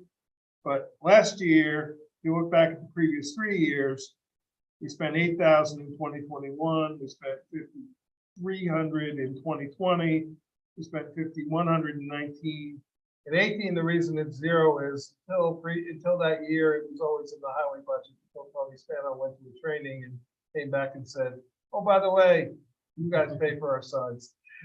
He couldn't get back to my class that. So he had a big grin on his face when he came in to tell me that. did. So I'd like to keep it at the 6,000. We haven't bought that many, although you did just buy some no parking signs. That Yes, probably we haven't gotten the bill for it. I think I gave Seth the bill. Okay. I think he does have it now. So what's the word? Yeah. But I think 6,000, keeping it at 6,000 is the best. And then the other part that Jeff controls, well, doesn't control, but has under transportation, page 31. There's the highway superintendent's salary, which that's our discussion to have. The deputy highway superintendent, we have always budgeted in the past few years, we budgeted $35 a week as a stipend. I'll let Jeff explain, because Jeff is hands-on and he's here pretty much every minute of every day. Yeah, I said to Mike, I know it's not a big chunk, but every bit helps. I don't believe we need to put this money into the budget for a deputy superintendent anymore, because I don't need a deputy superintendent that is supposed to fill in for me when I'm not here. That doesn't happen.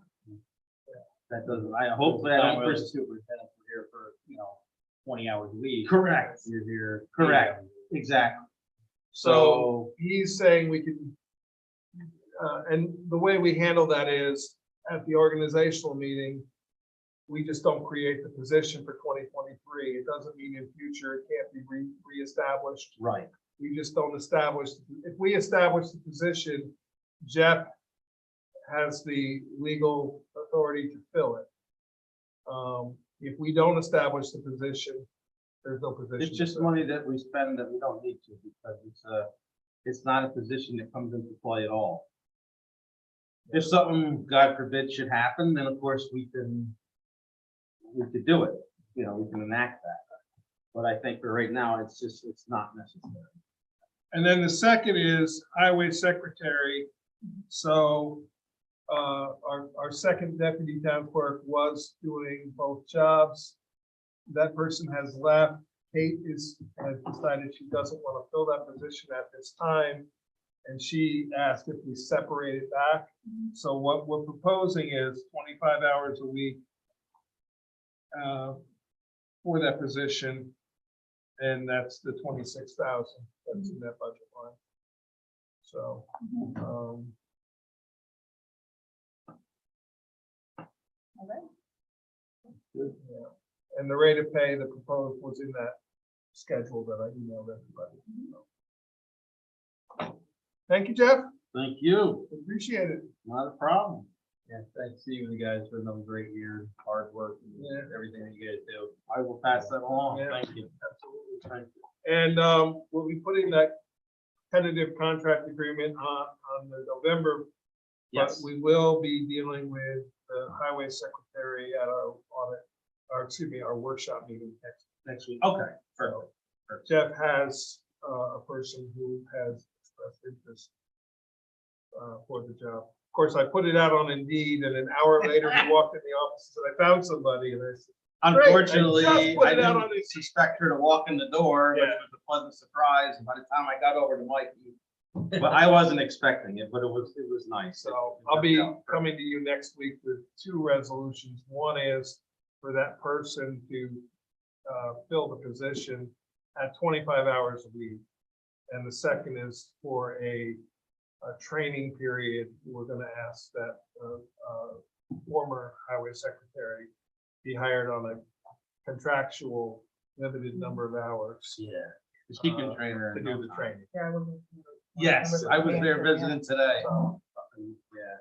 Okay, so Thank you. thank you very much, Jeff. Good night, stay Justice dry. Laflamme, thank you. Sorry we ran just a little late. Have a good night. Thank you. We'll see you. By the way, we have a meeting scheduled for the 26th, a budget meeting, Yes. so I may not be able to make that. Okay. If I can't make that, I can't make it. Okay. People want to consider changing it. I don't know when we can change Yeah, it. it's a little bit of a crunch. Yeah, we can certainly hold some things over to the 27th because we've got the audit meeting and we'll be setting our final preliminary budget at that meeting. So if anything that you may want to weigh in on that we do on the 26th, you can weigh in on 27th. So that helps. Yeah, it's not, the meeting is not set. What's been proposed for me. So, thank you, Justice Laflamme, for attending. Justice Alba was unable to attend tonight. She requested she's gonna come to our Monday, the 24th, 4th meeting. Today was her birthday. Happy birthday, Justice Alba. Terrific. And, Libra's good Yeah, people. right. And I put it in the 24th because I'm in yeah, Portland, Oregon. so, And we had discussed it when I had spoken to you initially, and we were back about the 13th. And we did pass that date around. yeah, But, the you 13th know, he became, was very tentative. And then he came down in the. yeah, so. Yeah, so in any event, I didn't realize it was her birthday, but thank you No, for and- offering her the. Oh, absolutely, I the same certainly, budget. yeah. For the same budget, so I'm hoping that we pretty much have the same issues. We as a team sat down and came up with this budget. So, it's all work. And,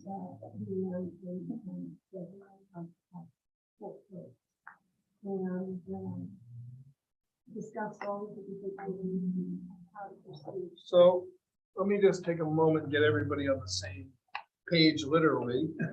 Page 17 to 45 in the tentative budget is our the budget. So Justice Laflamme, just because we are an open meeting, just so you know, it is being streamed out on YouTube. I just want to make sure you're aware of that. We have agreed to not discuss particular employees by name. We will talk positions. If we want to talk by name, we would go into an executive session, specifically talk about that. Just to be fair, it's not fair to the employee to talk about a person as opposed to a title. So, So we sat down with clerk one and clerk two. thank you. Justice one and justice two. Yes, and I thank you, and I did have And them we had backwards. one to interrupt us, but we did not. So our meeting. Well, I have corrected it to be proper now that the right person is in the right place. Okay. And my apologies, I had the justices and the clerks, they were by numbers, but I had them reversed in my original information I sent to the judges. So, so if we can, if you would like to just talk in specifics first, and then if we want to talk about particular people, we'd save that to the end. But why don't you go through your requests of line items? And we appreciate the budget too, because I know in past years, we've had to sort of play a little guess. So thank you very much. We appreciate the information. Not a problem. As soon as Justice one realized that there was such a thing as the budget and we were supposed to weigh in, we weighed in. This is very much on the job learning. But I first wanted to start off by thanking the town board for the chairs, the educational conferencing out. That's exactly what the conference costs. And so, I appreciate that being covered. The chairs, I can't tell you how appreciative clerk one and clerk two are, because they have to use, I don't know how to describe these chairs, except by name to the area where they work. And I noticed the arm of one chair was over here, away from, I said, what's happening? Right, it just doesn't work, so they took the arm off. So the chairs really do make a difference. But I do have 5 points that I wanted to raise. The most important issue for us is the clerk 2 hourly rate. And the second is that we sort of have in mind the overall compensation structure is the 200 hours, which we consider overtime. And it meets the definition of overtime first of all, because the first one is 28 hours during the week. But those extra hours are spent past the normal working hours. Oftentimes, court starts at 4 and it will end at 3, it might end at 9, it might end later. Court clerk 2 comes in for a raise. Our raise tends to be 1 o'clock, 2 o'clock in the morning. By the way, they tend to be for the town of Warsaw because we are alternate judges. We're judges for alternative alternate arrangements, and if the judge doesn't feel safe in his or her jurisdiction, then they go to the majority this judge of the court, and we are the ones that is and we do. Excuse me, did I say that word? Court clerk 2, who shall remain nameless if I can remember, will answer the call when it comes in, and she will appear in court at 2 o'clock in the morning. It's a difficult thing. I mean, it happens between the 2 judges. It happens on the thinking. But anyways, court clerk 2 plays an amazing role. She has a great deal of experience, a great deal of knowledge. The job continues to evolve because justice courts continue to evolve. There's more and more reporting requirements, the different programming needs.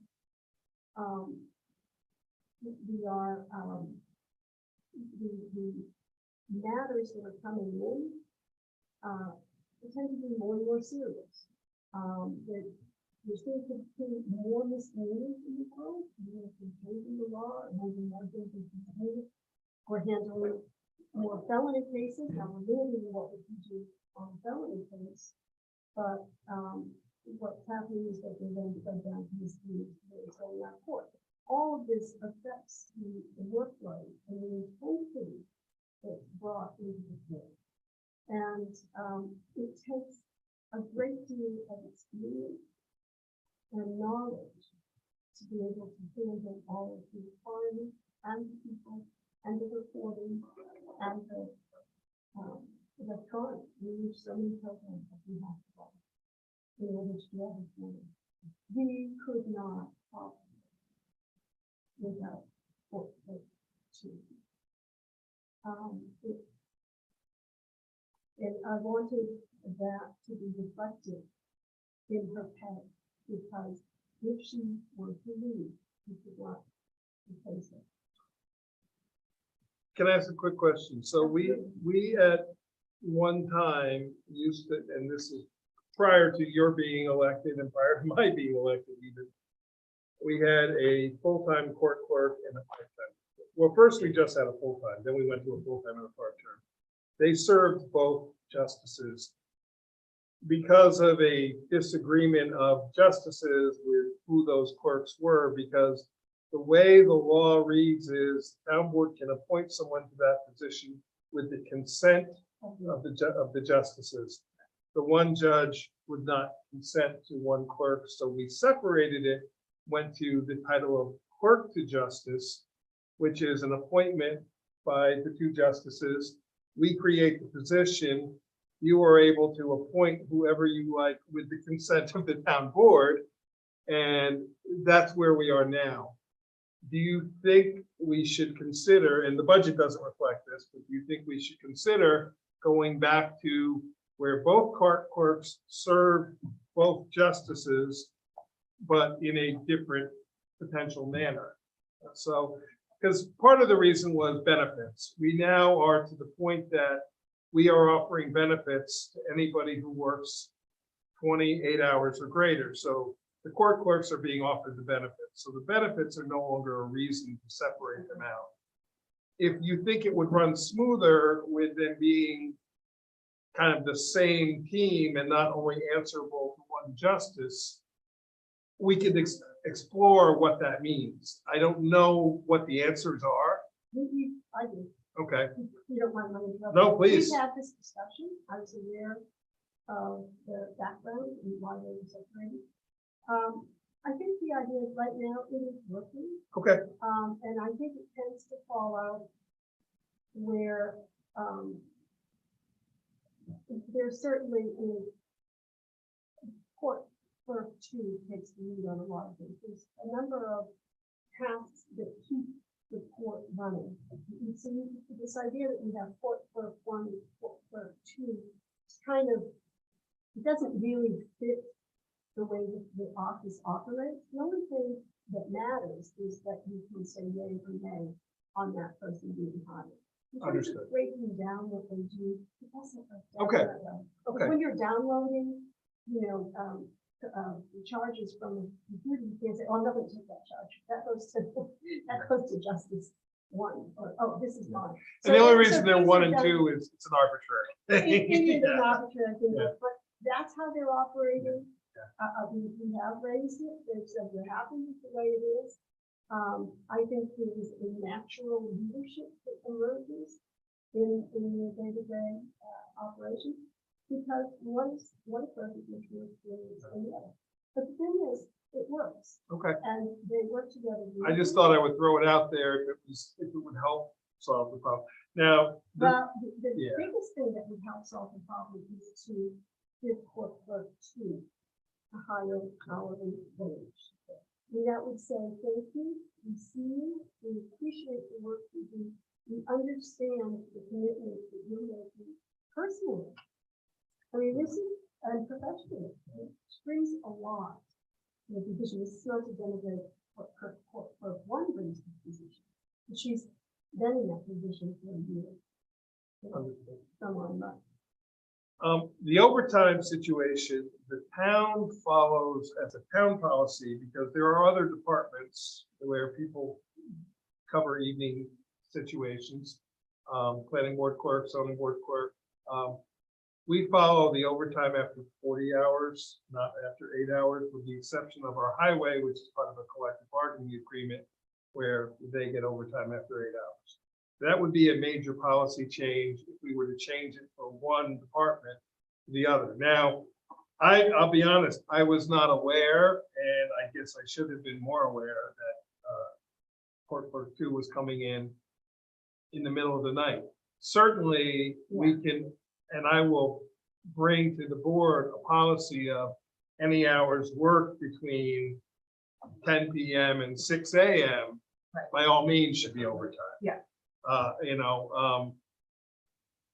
I don't want to speak for the rest of the board. In order for us to change the overtime for a court, if, they've worked 7 hours and now they go into court, that changes the structure on a lot of other employees as well. So I don't want to, I want to let the board sort of weigh in on, think about that. But certainly your point is really well taken, and we will look into that idea of during certain hours, or absolutely, weekends too.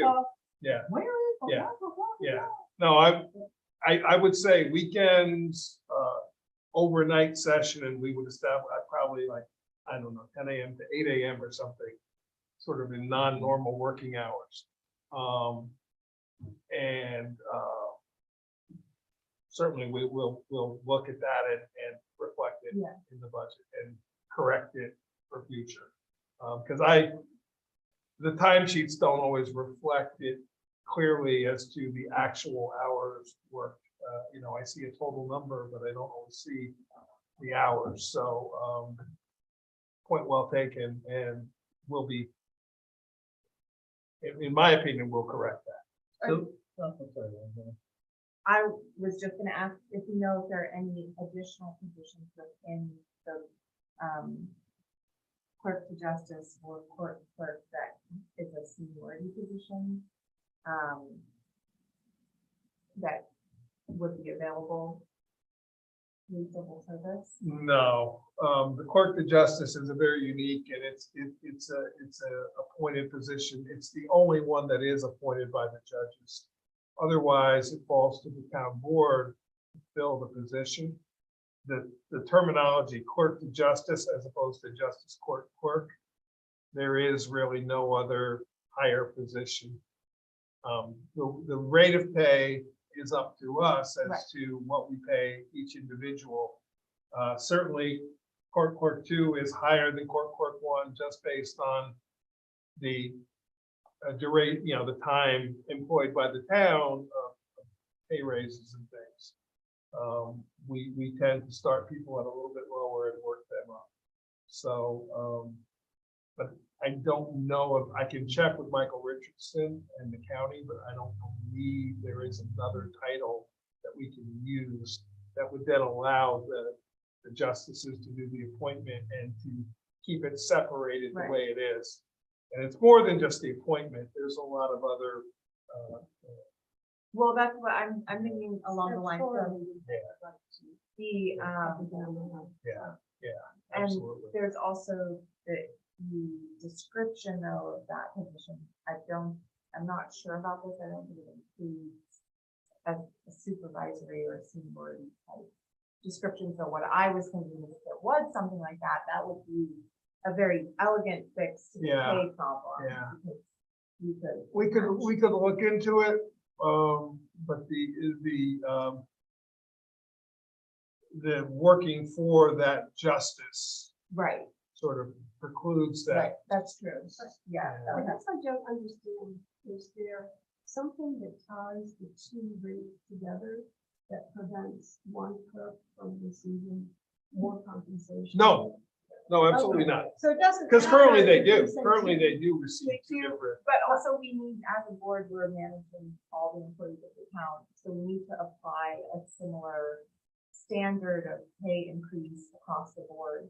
So when we have multiple employees saying, well, I'm doing this, we have to make sure that we're not just compensating one person for one thing that we're not, then we're over, because it's the I town. understand, but court clerks, I would say, are a different breed in terms of their, The planning The board skill would say the sets. same thing They- and they, and everybody they gets may, paid. but I Yeah. can show them point by point why I think it's a more complicated job.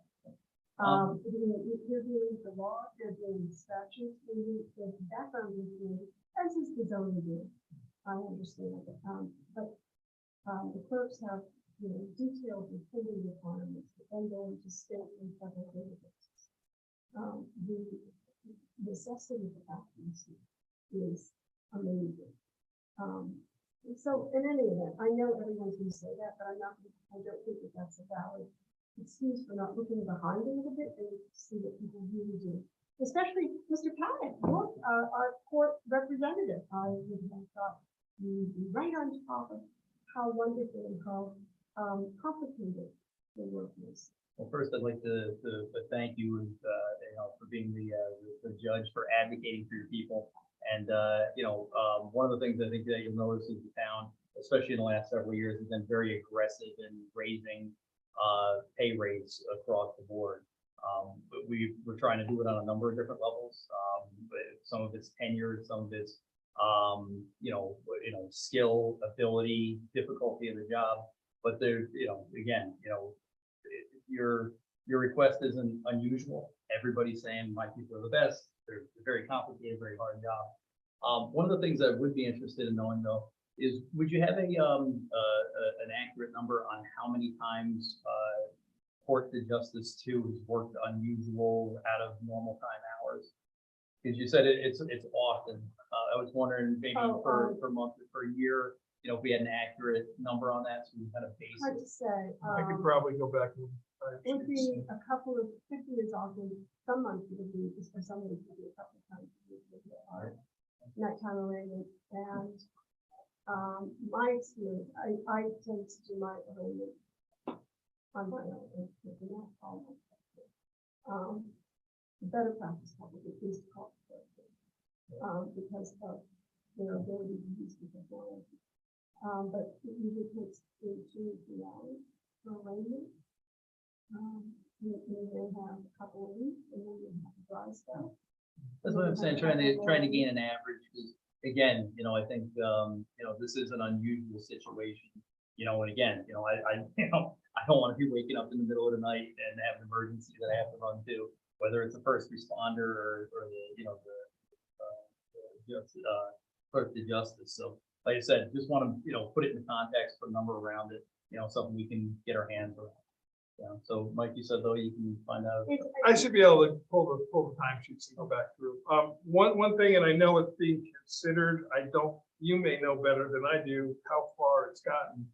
The county was considering doing a countywide arraignment site. I see by your reaction that it probably went nowhere, because it was proposed. I don't know where it is in discussions. What they were proposing basically is that The 4 engine that's done. I don't think it's going to happen. Also, county jail, we have to do before. Okay. That's the first thing that has to happen. The other problem is every local police agency was against it. Well, the supervisors, because the local police departments would then have to transport the person to Kingston, stay with them until they were actually arraigned for the court to there. No, I Patrol. don't think they had to stay.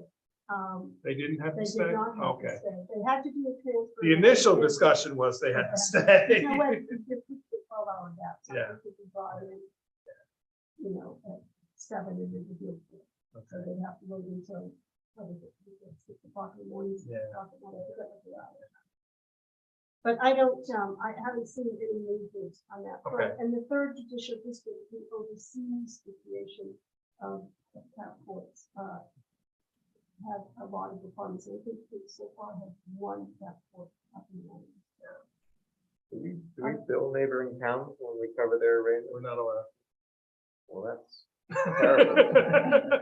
We're not allowed to. So to answer your question, Councilman Haddock, the difference in the scheduled hours for 2022 and multiplied by the rate of pay and the budget comes out to 200 hours. So theoretically then that clerk to justice is working Yeah, so what I did an this year, additional 200 hours, so that is like 324. Above 1456. The 200 hours on court nights. yeah, so Yeah. the way I separated this year, in past, it was one budget line for 28 hours a week plus 200 hours. I separated them into 2 separate lines in the budget. Right. To just for this discussion, Right. and because, yeah, the And you're 200 hours is court. Is more than court. Right. Yeah, no, because court nights are Just like a theoretically ZBA relatively. meeting. But the Yeah. arraignments are part of that 200 hours. Right. I'm assuming that. Yeah. The The 28 hours is 28 the hours. Monday through Thursday, 9 to 4. Right, and then what happens is the 200 hours, oftentimes, if you have a really busy court, they'll have to do it on Friday to do the remainder of the paperwork. If you have a really busy week, you may be behind in terms of reporting, you have to do it on Friday. I mean, I budgeted 4 hours a week, but in reality, there's 48 court nights in a year, not counting arraignments, but there's 48 in theory, 4 times a month. When there's 5 Wednesdays in a month, the 5th Wednesday, there's no court. Right, So, you realize that your court nights don't take into account bench trial understood. and. It's an average, it's a placeholder. And Yeah. summary judgments, summary proceedings. So those are all court proceedings where the clerk's there, we have the recordings going, and that's their sole focus is to sit there and attend to the court matters proceedings. So, and we've had quite a number of those. So they have full plate, and there's a lot for them to do.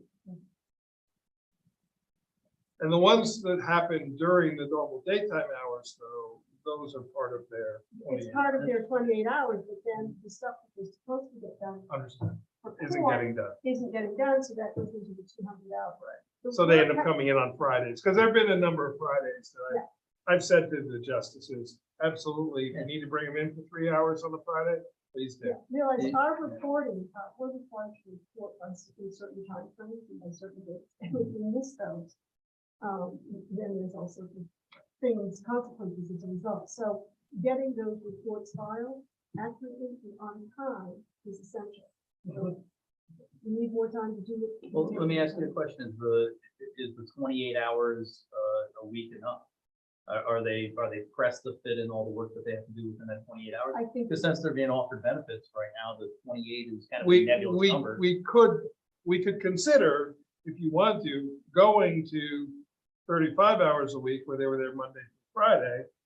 But, I think that's a discussion I would have with them. I think right now, both have children, and they've structured their lives around the 48 hours. Understood. But all the work can get done in 28 hours? No, they have the flexibility of 200. the 200 gives them, because that's based on essentially made up number totally by me, said 50 court appearances, 4 hours of court appearance. Sometimes court starts at 4 and it's done at 6:30. It's 2.5 hours. Sometimes it runs a little longer. Sometimes there's a separate arraignment. 4 to 8. Yeah, There's a little bit more like it. the coming in the overnight is a fairly recent thing. It did not happen previously. I understand why it's happening, absolutely. and think it's- Was he doing it? as well? Yes, elected officials, you can say all you want. Justice Shaheen was, Yeah. I don't know about that. I know Justice Babcock did not bring people in, he came in on his own. So, Well, and the reporting requirements have changed too. they have. Yeah, and there's a new reporting requirement for temporary ones. Contract, so. Why is clerk to justice one lower than the requested amount? Because clerk to justice one is the has worked only 1 year as opposed to the other one. I'm not talking about the rate, I'm talking about the budget. Our final budget was 22 was 30,000, and the department was 28. I broke it out into 2 lines. Yeah, and we also did, we increased the hourly rate by $5 for overtime. So when we calculated the 200 hours, we did it. So the two together, Different Michael, hourly is rate. matches up with the department request. Just looking down the contractual quotes, and I don't want to skip ahead if we're not there. yet. No, let's, because we're gonna also talk to Judge Alba, I didn't think we would be putting numbers in these. Yeah. I just wanted to have the dialogue with the justice. Yeah, so I just had the one question about the professional services, the $2,000 from 100 from last year. Is that the shredding That was the shredding. They have a lot of records that need to be shredded. by law? And because they are, they can't be transferred to our town clerk for shredding. They must have, either we have to sign a contract with somebody to shred them, or they have to do it themselves. So we're thinking about getting the company to do it or getting that big? No, Iron Mountain. Okay. Yeah. Contract with Iron And we would Mountain. contract with the company, but that's why it's under professional services. Because we would be Right. contracting with someone to do it. I believe for she has called a number of her, court clerk in other towns, and they use their shredding Yeah. services. Oh, we're drowning in documents, and the requirements for how you shred court documents are very complicated. Just So, easier to outsource that. yeah, well, we have to still decide. what We have shredding- to- that's- Right, that that's takes a up whole enough other- time. Depending what the dollar amount is, we may have to secure 2 or 3 quotes depending on the situation, but it won't rise to the level of needing an actual sealed bid. It can just be quotes, and it depends on the dollar amount, whether it's 2 or 3. Right, and they're thinking of, I think that may be twice a year. Yeah. I think once we get the assistant system in place, we see actually is it 2 a year or is it once a month? I don't know, but it's just. It's a back. And we would sign a contract with them, and we have to look, under our procurement policy, we have to look at the amount of money we spend with a vendor over the course of a 12-month period.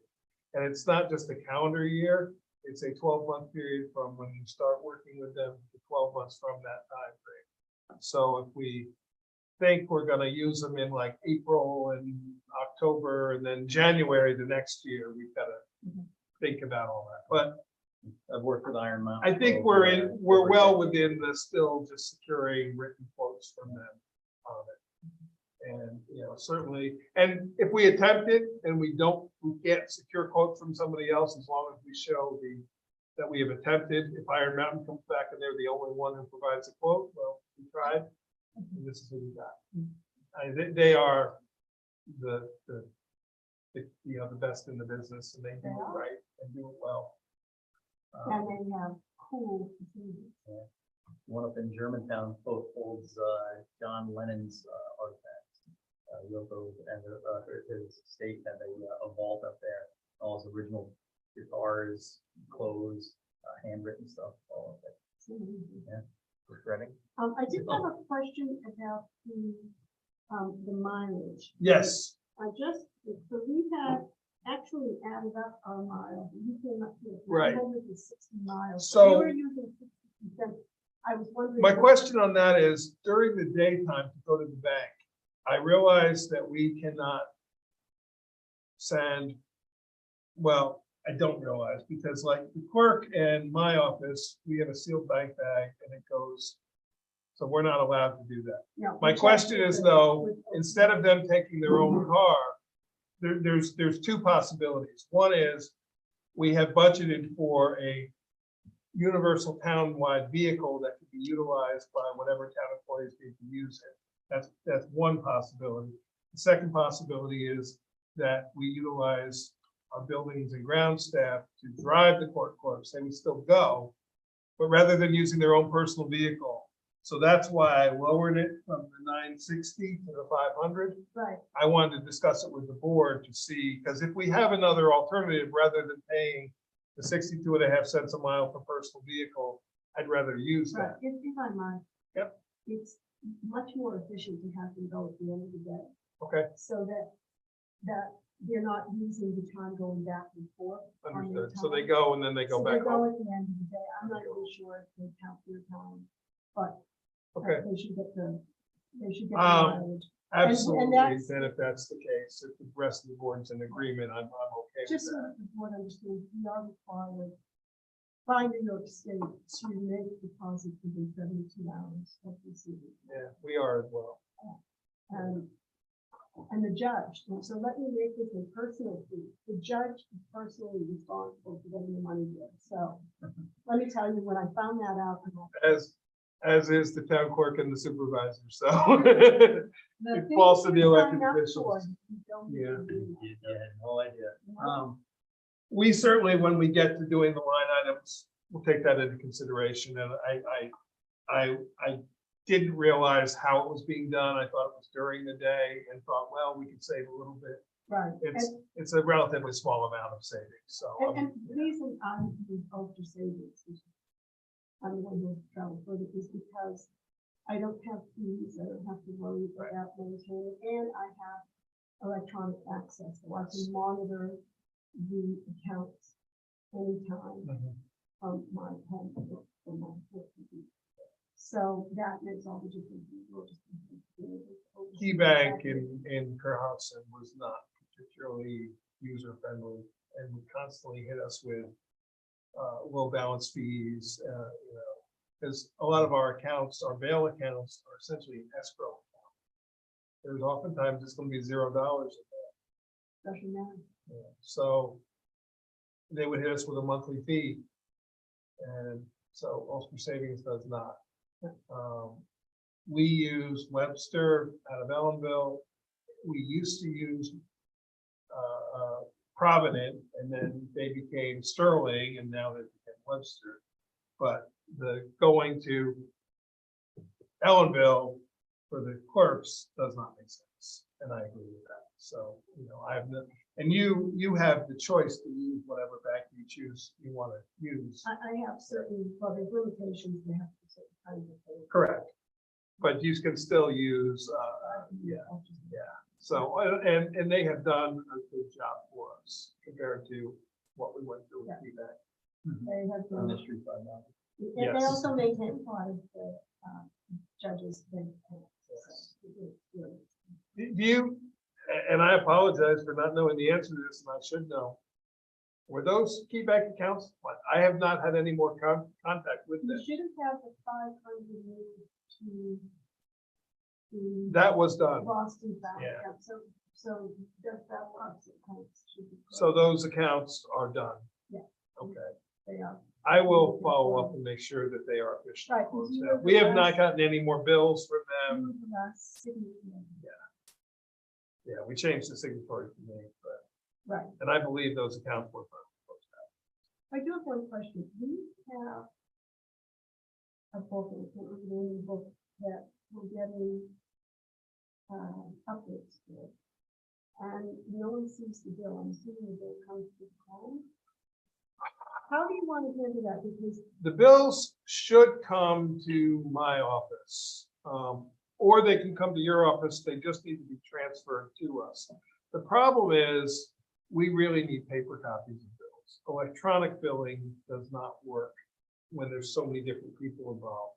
Because if the wrong person doesn't forward the electronic bill, now the one that you're in question, I took care of that. I did it myself. I just, oh, well. I got one more dinging notice and I We still had- have a bald spot. on We my had face. never received a bill, and I- if we had ever received a bill, we would have paid the bill. It was. There was a the law bill. book that was purchased back in the spring, and It we're was getting all these late. consolidated, Yeah. with all the laws that we rely on as we sit on the bench. But as And far it as is- updates, we can do one of two things. Either they can go directly to your clerks, who should forward them to us, or they should just come to the supervisor's office. We get to establish something brand new because we take a look at all of our books. The supervisor's office is preferable, Okay, because then we're it's gonna have- coming. We'll work with you to set up an account with, Absolutely. Thompson, Rudy Thompson, whatever. his Okay. name is. And then we can have our bookkeeper have an online access to it. Exactly. And, I have been getting my own copies of the bills, and I'm hoping that the town will pick those up. just Yep. Because that way I don't have to run to the court every time I have to pick. We can add, essentially, if that could be added into either professional services line. Or we did add in $1,500 for law research Right. books. I'm That's assuming what that's, we asked for. and- now is that hard copy books? Those or are is the that hard copy books that subscriptions? we use for, just the statutes. and things. Okay. Sort of like the grade book, something that everybody uses and has, and it's updated yearly. So the other is electronic, though. No, they're all hard. Oh, they're all hard copy. They're all Okay. hard copy. Well, then that's where that is in the budget line, in the Yes. 1,500. Right, because electronic, we have electronic research and things like that, offered to us through OCA. Okay, What At we're no getting charge. isn't stuff that we can, I can't sit on the bench and flip a screen and start doing my research. I need that book Right. that I have to have. understood. Other And than- as far as computer equipment and all that, you get That's all that through OCA. OCA. Right. Yeah, and the office chairs, I did lower it from 1,800 to 1,200. I'm gonna try to see, based on those prices, to find 4 chairs at $300 a chair. If we can't, we'll update I it. definitely want comfortable chairs. for Agreed. the clerk. So Yep. if you can only find 2 or 3, that's fine. Yeah, well, 4 is reasonable, because you as justices should also have comfortable Right, chairs. what happens is we have 2 where they sit out in the main area and. Oh, and then 2 in the and then- office. Yeah, 2 are the judges. Okay, And so we that's the need, 4 We chairs. need kind of smaller chairs so that we can go back and forth, but, the ones that they sit on day in and day out. It's the Understood. first priority. And those have been considerably long time since they've been replaced. They were probably hand-me-down chairs. to start with, A so. lot of the stuff came from Chief Miller, and I don't know where he got them. And We've been slowly updating those things in town hall and here, so it absolutely we budget them. And if I think that we can't find them for $300 a chair, when I do a little bit of research, we'll up that number again. You know, there are a lot of second-hand chairs out there as offices closed. Oh, Good that's sale. a good idea. Henry chairs. Um, New Jersey has a bunch of family down shops. Sure. We've had good luck too with Mike's Hughes Furniture, it's called, in Kingston. With, it's not always used. Sometimes it's things that just didn't sell or whatever, and they're brand new.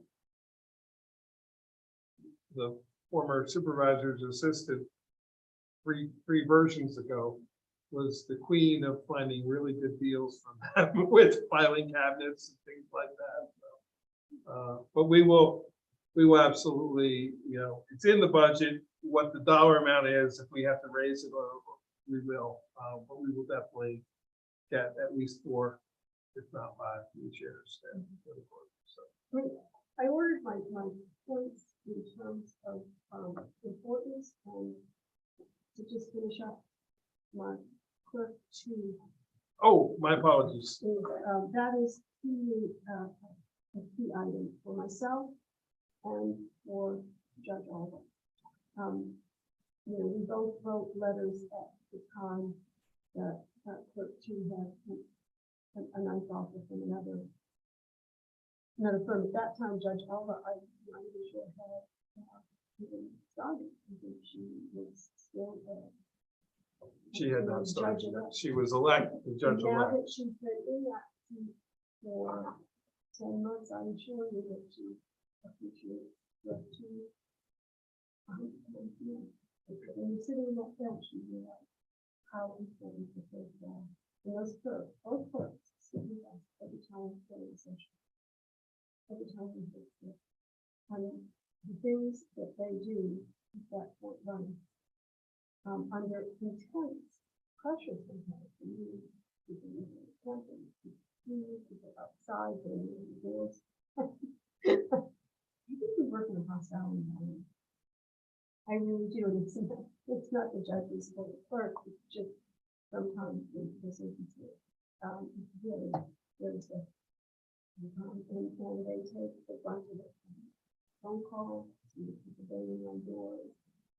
And by the way, thank you for really appreciate that. Yes, and you've got my email, not to belabor it. We will resolve the questions that were raised, but I believe we have covered all the bases, but I'm gonna just double check one more time to make sure that there was not some misunderstanding or misinterpretation, but I believe we can do what we're Yes, I doing. think you can. Yeah, so, So anyway, again, I don't know if we're going to wait until Judge Alba has her say. Are we going to have any movement on the hourly wage for clerk two? well, the board will have to discuss it, and, you know, to be fair to Judge Alba, we'll probably, our next budget meeting is the meeting that she's coming to. So I don't think we'll have further discussion tonight on it. I think we'll wait to hear from her. And then we'll be talking as a board on the bigger picture of wages across the board for everybody. I mean, I'm not just saying, you know, with each position being considered as to merits and the points that have been raised. So appreciate very much what you brought to us. You brought some points that I don't think all of us were aware of. And certainly for me, it's I have a better understanding of it. And also appreciate the support Yes. and support. Oh, And thank you very much. mostly it's putting it, I'm looking at the wage schedule for all of our employees. And I wish, you know, I want to bring them all up. So you just have to, you have to look at it in a holistic way, but that doesn't mean I that we understand. don't completely. No, but Councilman Paddock listed the points that I think are important, is professionalism, is skill, is dedication, is complexity. Those are the things that court clerk two excels at. And those are the things that have demanded of us. shoes for half a day. I have tried to have her show me a simple thing. How do I enter the game? Okay, I am not stupid. I swear I'm not stupid, but it is very, very complicated and there are multiple steps, and that's one out of how many programs. And then there's just a lot more that goes into it. And you have to understand the underlying premise, the underlying requirements. of COP. The problem with you, obviously, you run into a problem with public service, public employment, not service, but public employment versus private employment. It's difficult because, as I say, we can't just go out and sell more of something to make more money to pay our employees more. It's not that we don't want to. We've always tried to make it up with the benefits.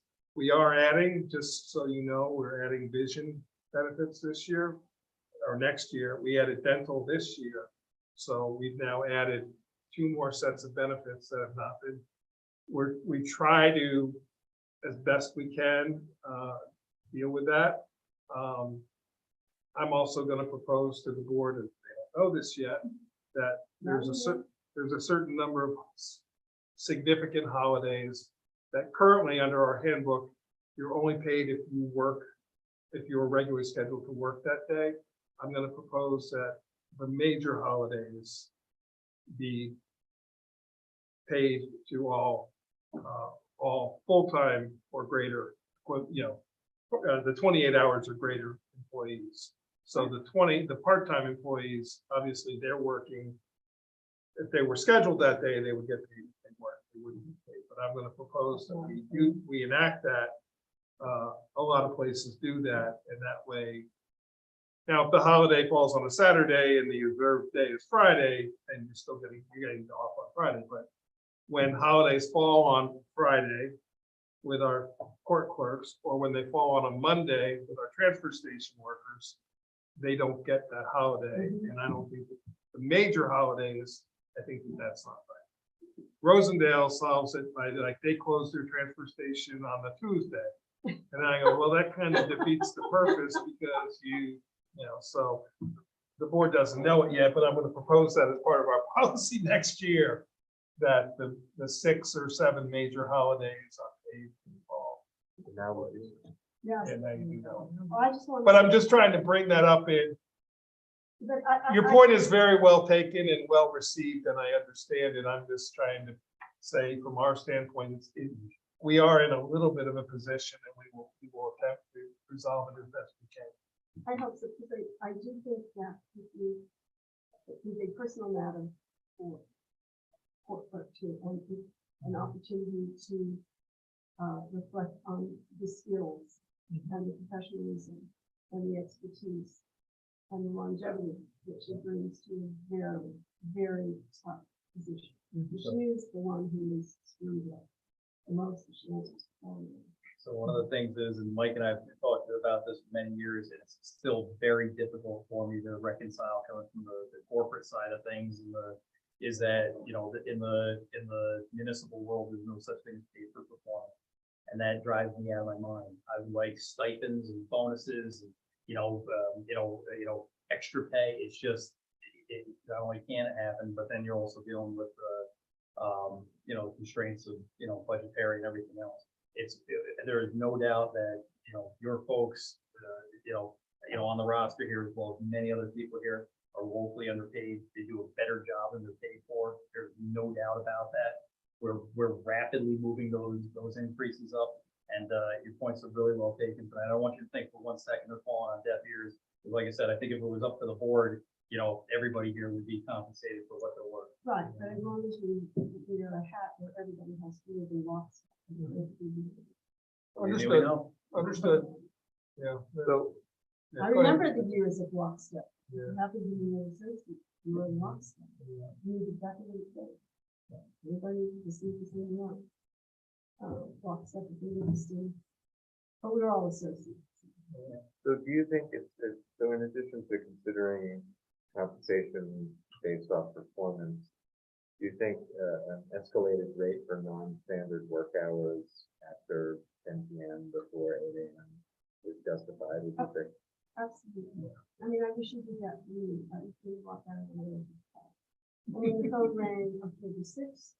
The phone rang, none of it pertained to October 7th and October 7th. They call you because they know you'll answer. It would be good to track that, I feel, I to do. know how much we're covering. But unfortunately, under the law, there's not, We can complain about it. we can complain, but it's not gonna do any good. Makes me feel better. if Yeah, that helps. yeah. I mean, there are, sort of Unfortunately, non-monetary benefits. Justice You know, McClung is conscientious in comparison to other justices who just turn off the phone or choose not to answer the phone. She answers it. And Justice Alba, to Answers the the point phone. that she asked us for a town phone, which we provided, and we would be happy to do the same with you if you ever want, but you said you're fine using your own phone. Yeah, her concerns had to do. But she's more still with that, 'cause practicing. She's still practicing and she has all sorts of Yeah. requirements and I'm not practicing. Yeah. Justice Alba is still practicing as an independent attorney, not in anything involving Rochester, but because of that, she came to me and she said, I'm not comfortable reading emails and doing things on my work phone. So, by all means, we'll get you your own phone. And that, the phone cost us $5 under our contract and it raised our cell bill by, I think, $6 a month or And I something. have two phones, and I'm the But what's nice is when you're done with one, you stick it in the drawer and you don't have to deal with that. Oh. Yeah. Welcome to my life. Two in my pocket at all times. Very good.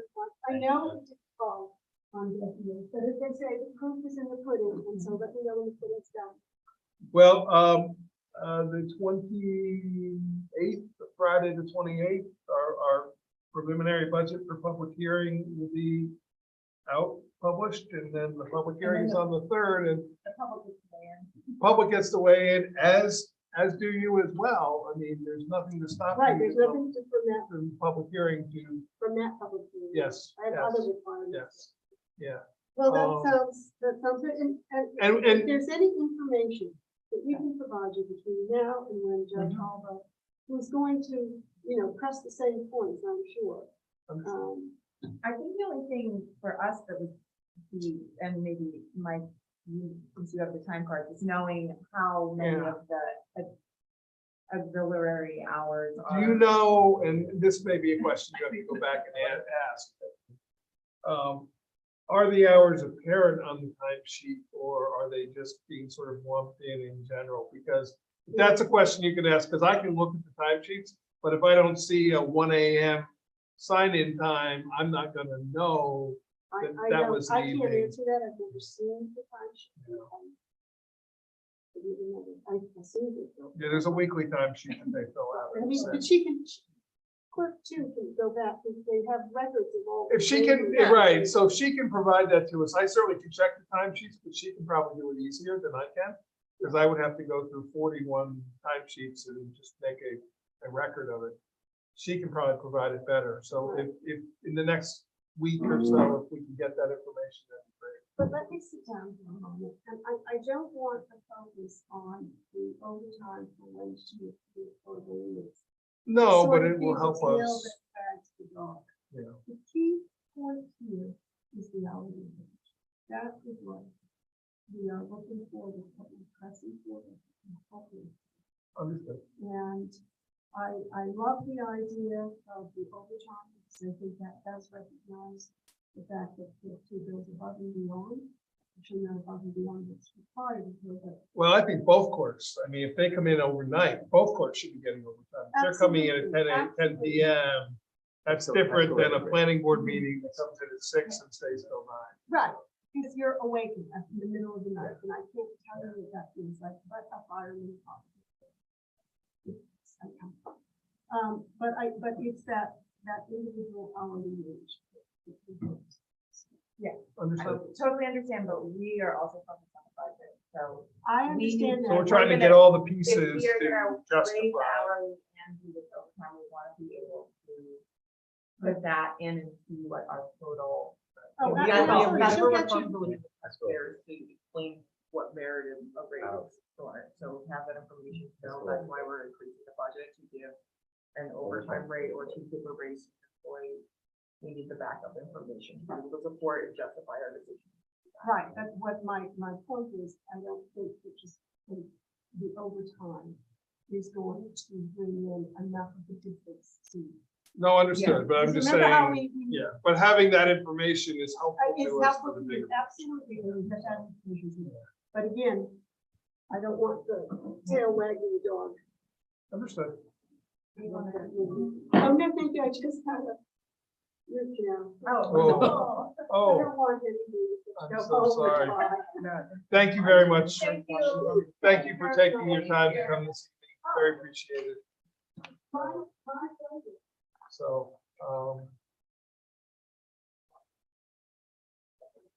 does the board want to have any further conversation tonight? You want to talk to Judge Outlaw? I think, I think it would be important. to Yeah. talk to Judge Outlaw. I think, so the plan is that at our next budget meeting, well, Judge Outlaw come, I've extended invitation to the ZBA chair who expressed interest to come. What I need from the four of you is, you want any other departments to come talk to us? If it's a simple question of, why do you need this? You could ask that by email. Obviously, the more people that come, the more time this all takes. Otherwise, we're going through the budget lines with the request. For the most part, the request is always what was asked. The tentative line is mostly what was asked. In a few places I've changed it because I can give you my reasoning as we go through, much like the mileage thing. They requested $960. I said, why do you have to drive your own personal car? Kind of got the answer tonight. I'm not sure I totally agree with the answer, but we'll go from there. Okay, I just have one question about this, discussion wise, like, you said that the numbers were flipped on the justices somewhere. They are correct now. They were, I believe they Oh, were here flipped. they're correct. So- They're so- flipped in the email. So let me just be, I'll be Okay, that's incredibly good. specific. The So clerk two is, Clerk 2 is the clerk to Justice Alba. Clerk 1 is the clerk to Justice LaPlante. and she was talking about clerk two on. Yes. this. Yes. Yes. He was talking about Clerk 2, but Clerk 2 is Justice Alba's. Yes. Technically, yes. Technically, But- yes, because they are clerk to justice. Now, what I said earlier is previously we had one Yeah. Yeah, I full-time follow clerk. Then we had a part-time and a full-time. They both worked for both judges. Due to one of the former judges not wanting to reappoint one of them, and the other judge did, I came back in 2019 with, this is the only solution. We changed the title from clerk to justice. They then work directly for, each clerk works directly for one justice. If they choose to work together as a group, that's up to Okay, I them. guess that's why I was Yeah. confused, because it Yeah. seemed like They do. weren't doing it that way. And that's why I was- proposed what I proposed, Now but I it sounds understand. like they don't want to. That's why I was like, I don't know which one of these is correct, Yeah, and I thought that it was the Even opposite though way. Judge Plum was advocating for clerk to justice 2, the clerk to justice 1 is the one that technically reports. For appointment, no, But she and does I it. got you, okay. Yeah. Follow, and I think it was just because I was looking at their proposed on the screen, and I was like, I don't know which one's the right order. No, the Okay. budget is The budget is correct. I'm correct. not so sure if the request was correct or not. At this point, I can't say yes the or It no. request wasn't, not. no, it was It was not. backwards, and But that's the why I was budget- looking back and forth, I got. The budget confused is for a correct. moment, and she was advocating for the- So the title is clerk to justice, and it is appointed. We create the position, we create the salary structure, the number of hours worked within the salary structure.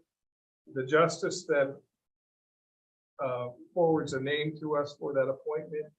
We do have to, at our organizational meeting, agree to that appointment. Yeah. Whereas the Yes, I difference remember is that. like in the bookkeeper / secretary to the supervisor, that's my appointment. You guys have no say over the person that I appoint. In this case, in the clerk to justice, we do have a say over who is appointed. But the justice has to agree to who we appoint. followed. Yeah, I was just Yeah. confused because I thought that It's- the numbers it- were backwards on no, there. So I no. follow now. Now I The budget understand. is correct. Justice Laflamme was advocating for Justice Alba's work. Follow. So, and Well, that that's what I person think. has been employed by the town for a longer period of time, which is why the rate is higher. The other court clerk or justice clerk started just last year at a bit of a lower rate. So I will say, paying by the person is a very dangerous practice to start, and the previous supervisor did that and caused an all-out mutiny in We had the whole- within all the Well, the employees. proposed rate of pay and I'm not saying that people do not deserve to make that amount of money because they do, but we do not have another single position that, like even our recreation director doesn't have that hourly wage.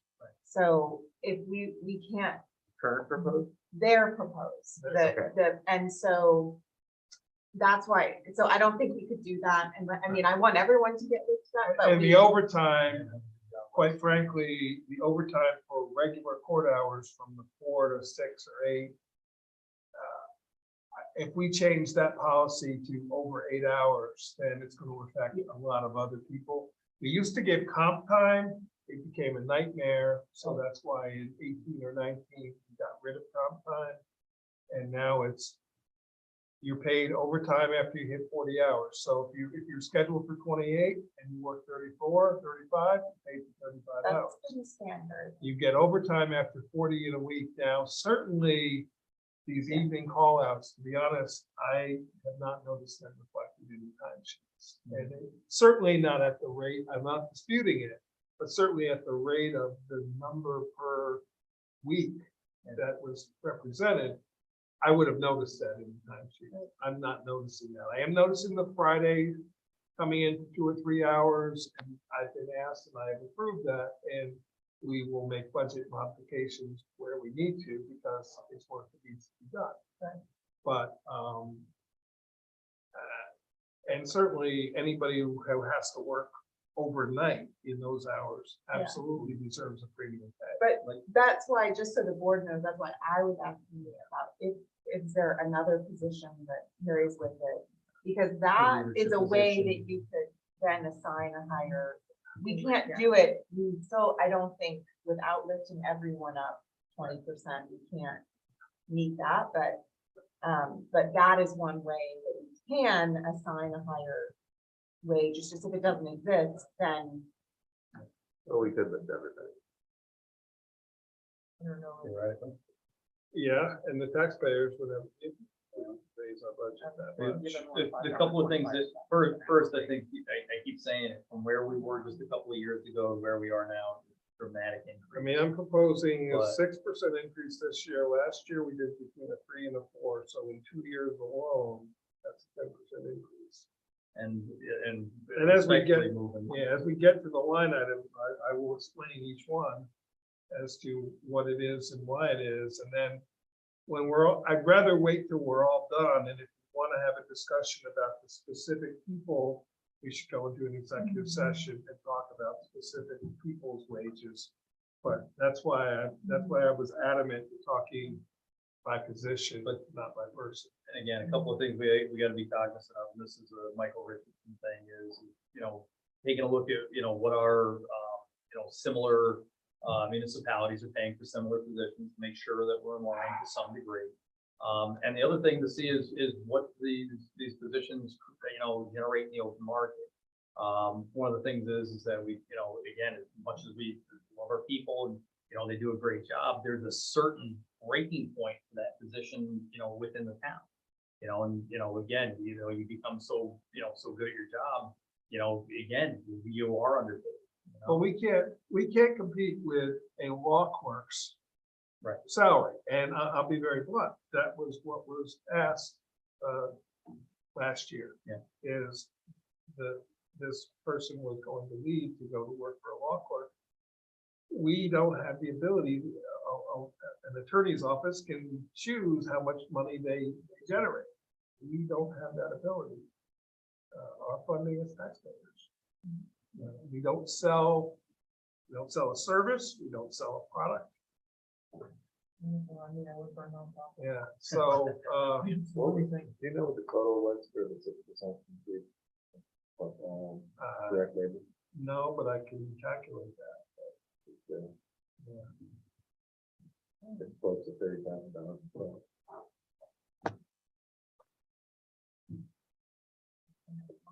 But bear in mind that if we jump it up even higher now, then, and it's a dangerous game to start comparing to other municipalities because every municipality is slightly different in terms, they all may have the same job title, but what the person does, Oh, can be 100% We different. also- We yeah. talked about,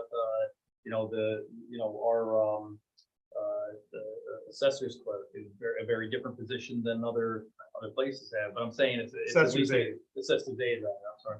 But, yeah, gotta be specific. But again, at least it gives us a guideline, and.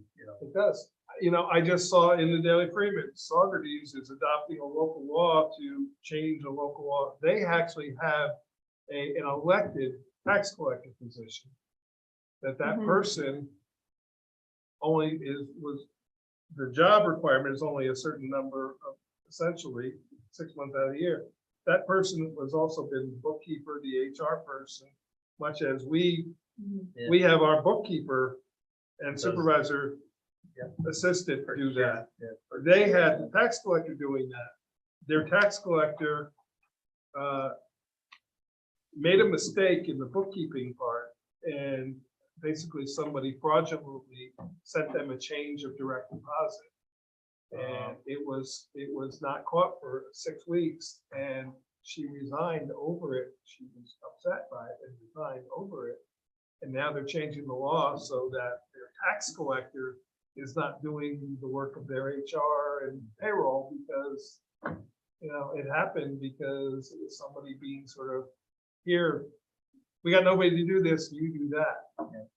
And as we, I look at our deputy, our town clerk office, we have people who work in the town for 15 or 18 years who are still making, if we're increasing somebody just based, some Experience. it's a really dangerous slope to start, and I'm Well, gonna be right, honest. that's why I I- was talking about, if we're gonna lift up, we have to lift everyone up. And then to make matters even more complicated, I don't know if you saw, but today the Social Security 9%. Administration announced its 9%. highest rate, cost Yep. of living increase of 8.7% today for Yep. Social Security benefits. I saw That's 9, last year. but Yeah. bear in mind too, we just came to an agreement with Highway of 4%. Yeah, so, So- yeah, you know. so we have this is a difficult position. Yeah, but again, it's taxpayers paying. So Like I said, we have a responsibility to protect. we have a responsibility to the employees, but we also have a responsibility to the taxpayers. Because the groceries that are going up 8.5% or 9% for our employees are also going up for the people that pay us. Yeah, exactly. And, I am proud of the fact that we continue to have the lowest taxes in the county, and yes, it's locally low, and I'm trying to slowly, I'm not saying we should have a 0% increase, but I also think we should gotta be careful about what the increase is. And that we could pull it out of fund balance, but that gets a dangerous slippery slope. And if we pull it out of fund balance, we just hurt ourselves in the future because Right. your tax cap is based on the amount of taxes collected. So if we fix a problem with fund balance for 1 year, if you're not gonna fix it with fund balance moving forward, Just create that. you're creating a problem because now you're gonna be, taxes are gonna increase, so. It's,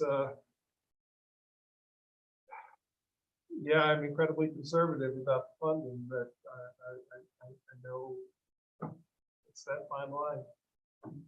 And if you look out online too, I've done it just recently with setting up this Indeed ad, and when you look at what other Indeed ads are out there, we are not out of line with what we're paying in workplace market. That now, because of the work the previous boards have done. move the employees up. and Yeah, still I mean, move to give you a quick overview, I don't want to belabor it too much, but the lowest clerk in this new budget is gonna be at $18.50 an hour, up from 17. That's a reasonable increase. It's gonna have more employees closer or over $20 an hour. Previously, we only had a couple specialized, the assessor, the code enforcement officer, over $20 an hour. Now we're starting to push closer to 25 or 30 for those specialized positions.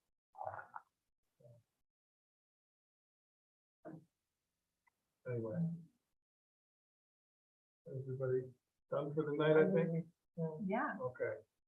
Motion to adjourn, Uh, 8:55. uh, I almost made that. No. By two, you mean you. Is it parent, not your one, it's parent.